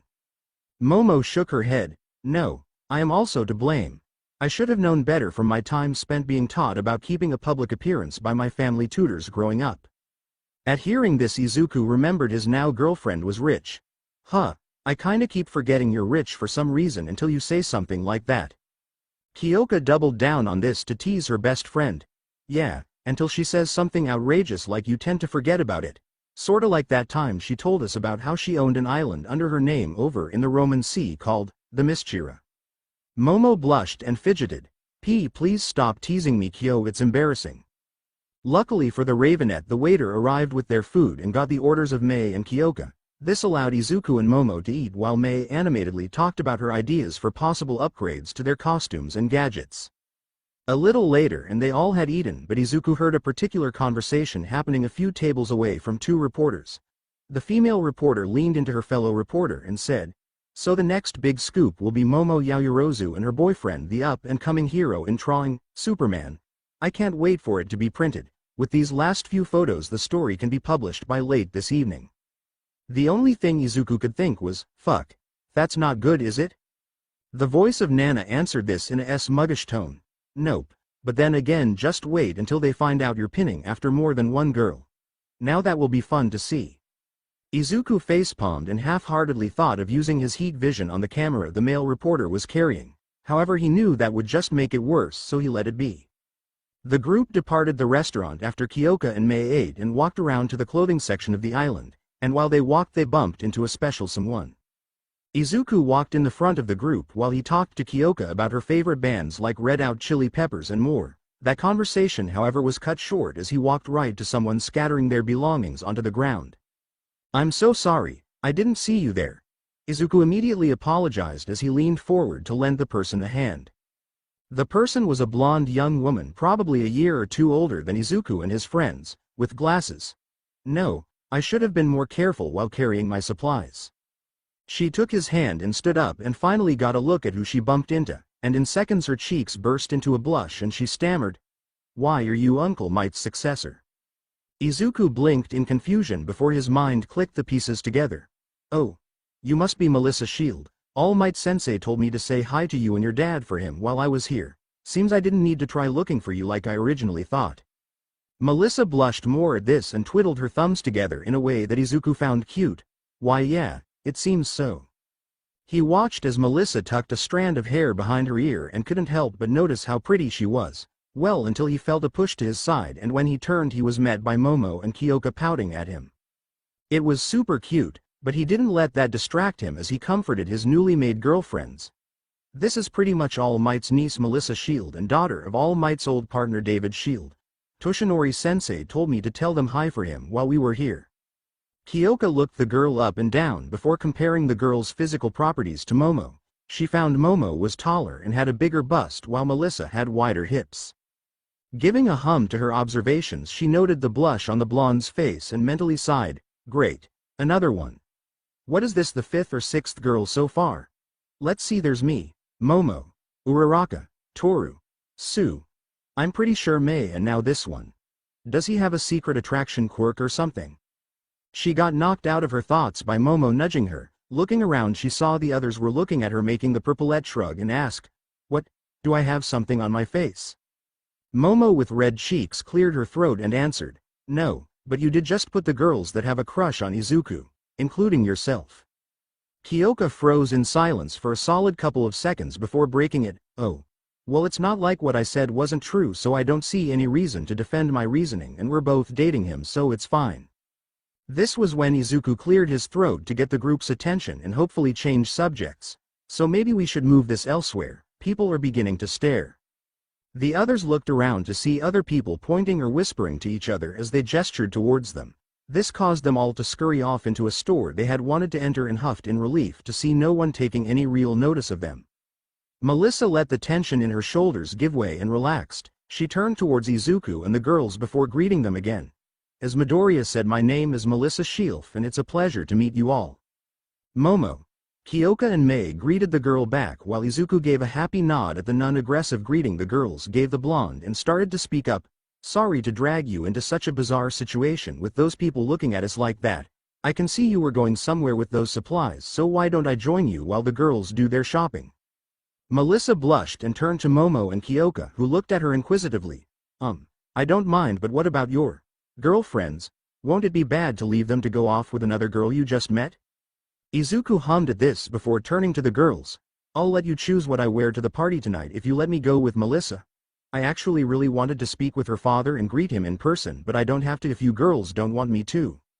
Momo and Kyoka beamed at deciding his clothes for tonight, but Mei for some reason was a little harder to convince, causing Izuku to think of something on the spot. Mei, I can also get my hands on an eye for you to tinker with when we get back to Ua if that works for you." The pink-haired girl grinned in victory. "You got yourself a deal, but make no mistake." She got extremely serious and radiated a powerful aura. "If I don't get my AI, you'll be wearing nothing but a Speedo for the rest of your time at UA." Izuku paled to a new shade of white before stuttering out a response, "Oh, of course." His affirmation caused Mei to relax and pat his shoulder. "Good, now get along before I ask for more." In a literal blur, Izuku ran out, taking Melissa along with him, leaving the three girls to their devices. Kyoka looked between the two and asked, "So, what are we going to make him wear?" Momo perked up at the question and ran to the more expensive part of the store, dragging the two along with her. "I have just the right idea for what would suit him." Mei glanced at Kyoka. Does she know she just made a pun?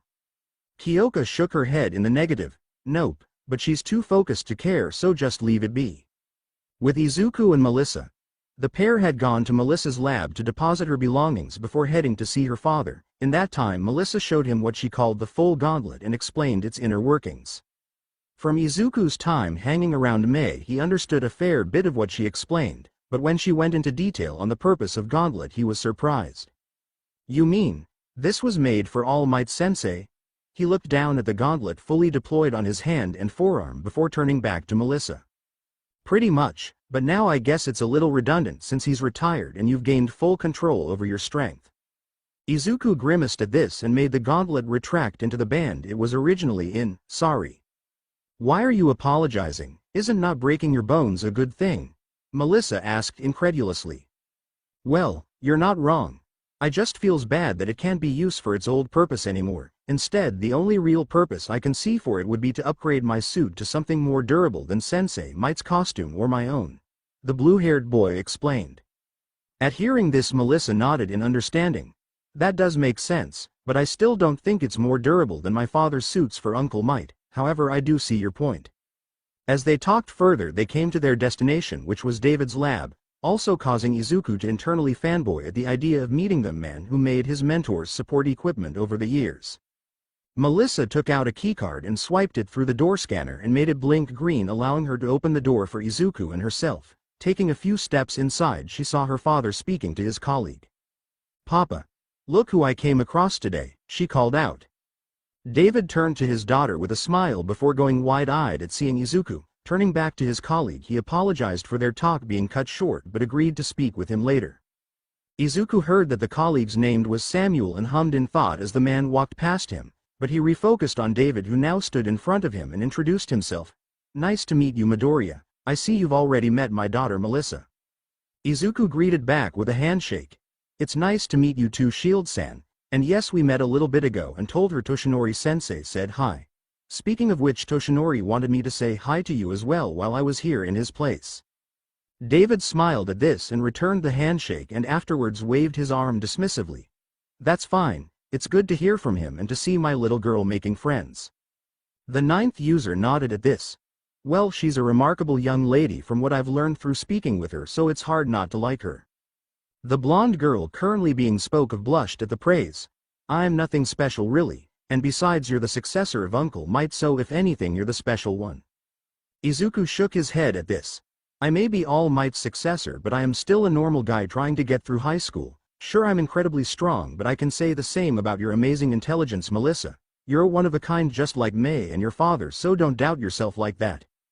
At this Melissa twirled a piece of her long blonde hair with an embarrassed and appreciative blush on her cheeks. Thank you Izuku. The blue-haired young man simply smiled back and rested his fist on his hips unconsciously. You're welcome Melissa. Now I'm pretty sure you wanted to speak to your father about improving on your full gauntlet to somehow incorporate it into a suit for me? This got Melissa out of her embarrassed state and turned to her father who had a very amused grin plastered on his face. She cleared her throat before explaining about her and Izuku's talk about the full gauntlet and how Izuku was thinking it would be perfect for a suit upgrade. David after hearing the proposal turned to Izuku and asked about his personal equipment technician. In return Izuku gave him Mei's card and explained her eccentric personality and how she was the one to make the suit he was wearing currently. To Izuku's surprise David recollected about his old habits of exploding his old gadgets, and to further surprise Izuku Melissa agreed that she had done the same for a good amount of her time as a hero equipment maker up until a year ago. Apparently it was a phase that you either come out of or stay in. For Izuku he just hoped it was a phase for Mei as he feared what she'd be like when she was older if she stayed the way she was. They spoke for about an hour until Izuku had to go to the hotel he and the girls were staying at. He said his goodbyes and said he'd meet them at the party later that evening. When he got to the hotel he took a shower and got dressed in the clothes he was given by Momo. However, what he got was very expensive looking, which caused him to turn to the Ravenet and ask, Momo, how much did this cost exactly? The heiress didn't even stop to look at him as she put on her makeup to answer, about $4,000 in American. Why? Izuku could feel his inner Uraraka faint at that ridiculous amount of money and replied back in shock, but I can't pay that back. Momo stopped completely and turned to him with a raised eyebrow. Who said anything about you paying me back? The successor of All Might stared at Momo like he was looking at a puzzle he didn't quite understand. which caused Momo to sigh and turn to him fully. Izuku, I'm going to be frank with you. I am in love with you. You are my and Kyoka's boyfriend and I want to see you in a nice suit, so I bought you a nice suit to dress in for tonight, nothing more, nothing less. Izuku tried to retort. This bit was sternly cut off. I can buy you whatever I want, you're not forcing me into it, so don't even go there. I choose to do it, so you should have no problem with it. And if that isn't enough for you, think of it this way. My family has so much money we literally don't know what else to do with it aside from what we already do, like charities and funding research, so sometimes we just want to spend it on something, and right now is one of those times. The others in the room looked at her for a solid second before Kyoka broke the silence. Yeah, remember how I said you're sometimes clueless to flaunting your wealth? Well, you just did it again. At hearing her best friend's words, Momo blushed again and turned back to the mirror to continue applying her makeup. Well, I can't deny who I am now, can I? Besides, it's not like I'm flaunting it on purpose, so it's not actually a problem. At this, Izuku sighed in resignation. Fine, but in the future I'm going to pay you back, even if it's in the simple form of just a small favor. Momo smiled a little slyly before turning back to her normal smile. Sure thing, now suit up or we'll be late. Mei groaned at the pun and Kyoka snorted. Izuku, however, just rolled his eyes and in a blur of motion changed into the suit. However, his tie wasn't done and hung around his collar as he tried listening to the advice of the past users. Nana was trying to get him to go under while Banjo told him to go over with the piece he was holding, causing him to get confused. And it was then that he realized they were messing with him. Oh, real mature guys, can you just help me and not make me look like a fool in front of the girls? Nana projected her, mentally shrugging into his mind. I don't know what you're talking about. And if you really want help, why don't you ask one of your 3 girlfriends to help you, or even call up that blonde for help? Banjo cut in at hearing this. First off, I was giving the right instructions, and secondly, they aren't all his girlfriends. Izuku smiled at this. Thank you, Banjo, at least one of you is a decent. He was interrupted as Banjo laughed boisterously. After all, they're all going to be his future wives. Izuku facepalmed. Oh, for the love of. He sighed in defeat before turning to the other occupants of the room, who were each giving him looks. Mei was looking at him confused, Kyoka was looking at him with a sly expression, and finally Momo was looking at him lovingly. Deciding to use some of the advice of his predecessors, he went over to Momo and asked for help with his tie. Momo nodded joyfully to the request and stooped up to grab his tie and show him how to do it properly. And that should do it, but there's something missing. She took a step back and looked him over before a figurative lightbulb came to her mind. In a flash of her quirk, she produced a pair of glasses and handed them to him. Izuku was curious at first, but the reassuring look Momo gave him caused him to comply and put them on. Okay, so how do I look? He asked, feeling a little self-conscious. Kyoka nodded while looking him up and down. Nice, but I'd prefer something punk like a leather jacket and jeans, but it'll do. Mei had gotten up from her seat on one of the 2 beds and walked around him, squeezing his muscles every now and then before stopping and grinning ear to ear. Nice, and I see you put your suit underneath this clown costume, very good choice. Momo rolled her eyes as Kyoka laughed at the quote-unquote clown costume. After the commotion calmed down, Momo gave her own words on Izuku's appearance. You look very dashing, Izuku, a real knight in shining armor. The teen smiled genuinely at the compliment and pecked her on the cheek. Thanks, you girls look rather beautiful as well. They smiled at him, with Momo and Kyoka giving him a kiss on the cheek, leaving lipstick marks. Mei, however, at seeing the affection, copied them, much to Izuku's surprise. Mei didn't seem to think much of it and gave a genuine smile at the tall blue-haired teen. What? Just because I'm a maniac for support items and technology doesn't mean I'm not a woman who doesn't find you attractive. The brunette gingerly rubbed the back of his neck at hearing this. It's not that. I just didn't think you liked me that way. The pink-haired girl deadpanned. I literally feel your body up on multiple occasions. Make sure that whenever you arrive at the support course studio to explode the door and flop in top of you so you get a feel for my body. And I talk to you more than anyone else. How in the world are you so dense? Izuku didn't have a response to this as all the puzzle pieces clicked in place. Mei Hatsume liked him and hadn't been as eccentric as he first thought and purposely showed him physical affection. God, he really was dense. What next? Uraraka has a crush on him or something? Literally forgetting how Kyoka ousted most of the girls who have a crush on him, but Nana and Banjo sure didn't plan to tease the gelk out of him when the perfect opportunity came. Meanwhile at UA dorms, Ochako Uraraka, who had been sick since coming to the dorms, sniffled and groaned. She was curled up in a cocoon of a blanket and was holding a 13 plushie. She sniffled one more time before speaking her mind in a nasally voice. I miss Deku-kun, I haven't gotten to talk to him since we got into the dorms. Sue, who was sitting next to her with a face mask, hummed at the brunette's words. Well, you're going to have to get used to sharing since Midori-chan is starting to get rather close to some of the girls in our class who are starting to show interest in him. Ochako whipped her head towards her amphibian friend. What? Since when? The green-haired frog girl shrugged. First off, bless you, and second, I'm pretty sure since the training camp incident, Yaomomo and Jiro-chan have gotten pretty close to him, and I heard Mina talking to Toru about Toru's feelings towards him. The brunette felt lightheaded and spoke hollowly. Oh no, I need to step my game up or Deku-kun will be taken away from me before I even get my chance with him. Sue quirked her head at this. From what I heard, you may still have a chance even if he starts dating. In a flash, Ochako grabbed her friend's shoulders, brought her close and spoke in a no-nonsense tone. Explain. Well, I heard that Izuku seems to be falling for both Yaomomo and Jiro-chan, and neither of them seem to be fighting each other about it, so they may become a polyamorous relationship soon. Ochako blinked in confusion. Polyamory. Sue croaked in amusement. Polyamory, or a polyamorous relationship, is where the participants are in love with not one singular person but multiple in the relationship. For instance, Jiro can be in love with Midori-chan but also Yaomomo, and the same could be said for the other two.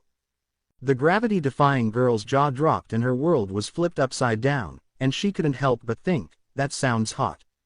Sue nodded. It is, and I'm intrigued if you wanted to join me in talking to them about new additions if they get together while they're on Island Kiro. Ochako blinked. Did she say her thoughts out loud? Sue nodded again with another amused croak. Yes, and you're still doing it, Kiro *. Safe to say Ochako screamed into her pillow and was laughed at by Sue, who croaked cutely the entire time. The walk to the main ballroom was short as Izuku and his girls briefly met up with Melissa, who decided to tag along with them. Izuku took notice that she wasn't wearing her glasses and instead was wearing contacts and an elegant dress that he thought looked very good on her. He had complimented her and got a cheerful closed-eye smile in return. He also got a few nudges from Kyoka, who had a shit-eating grin, but he ignored her much to the punk girl's irritation.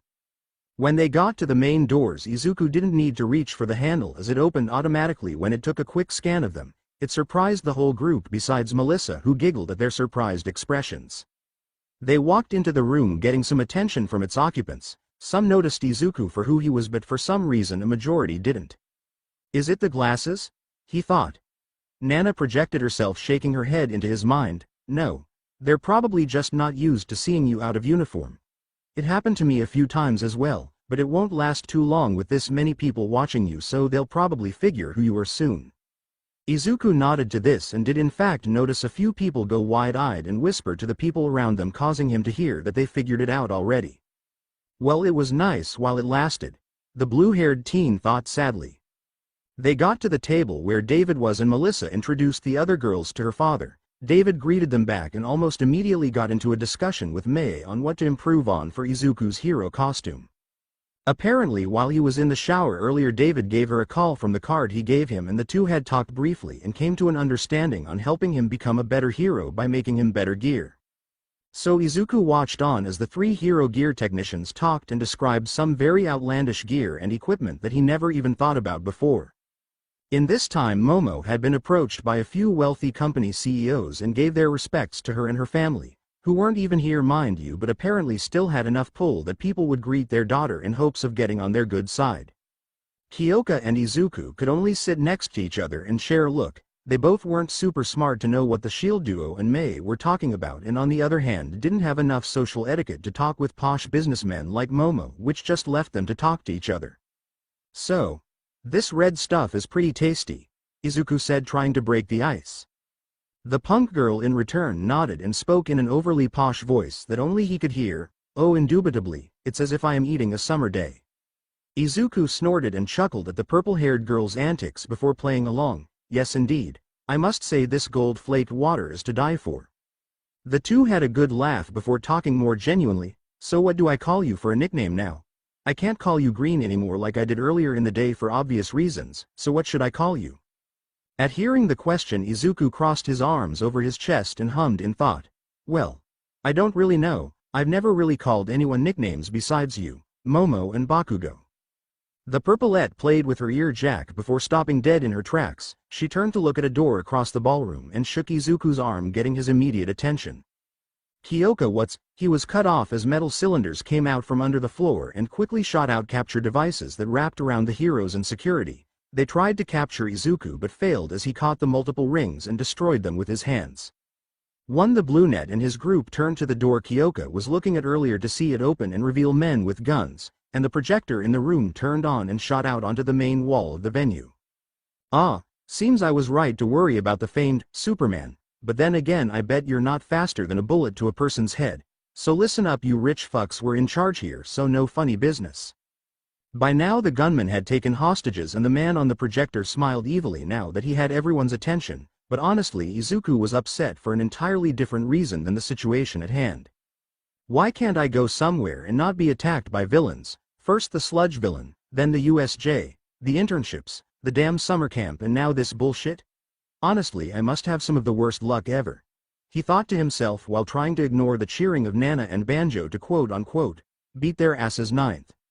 Sighing, he looked at the gunman, causing them to gulp or flinch. He then turned his attention towards the screen to see who he could only guess would be the boss of these guys. Now, we got this whole building under our control, see, so no one is coming to help you.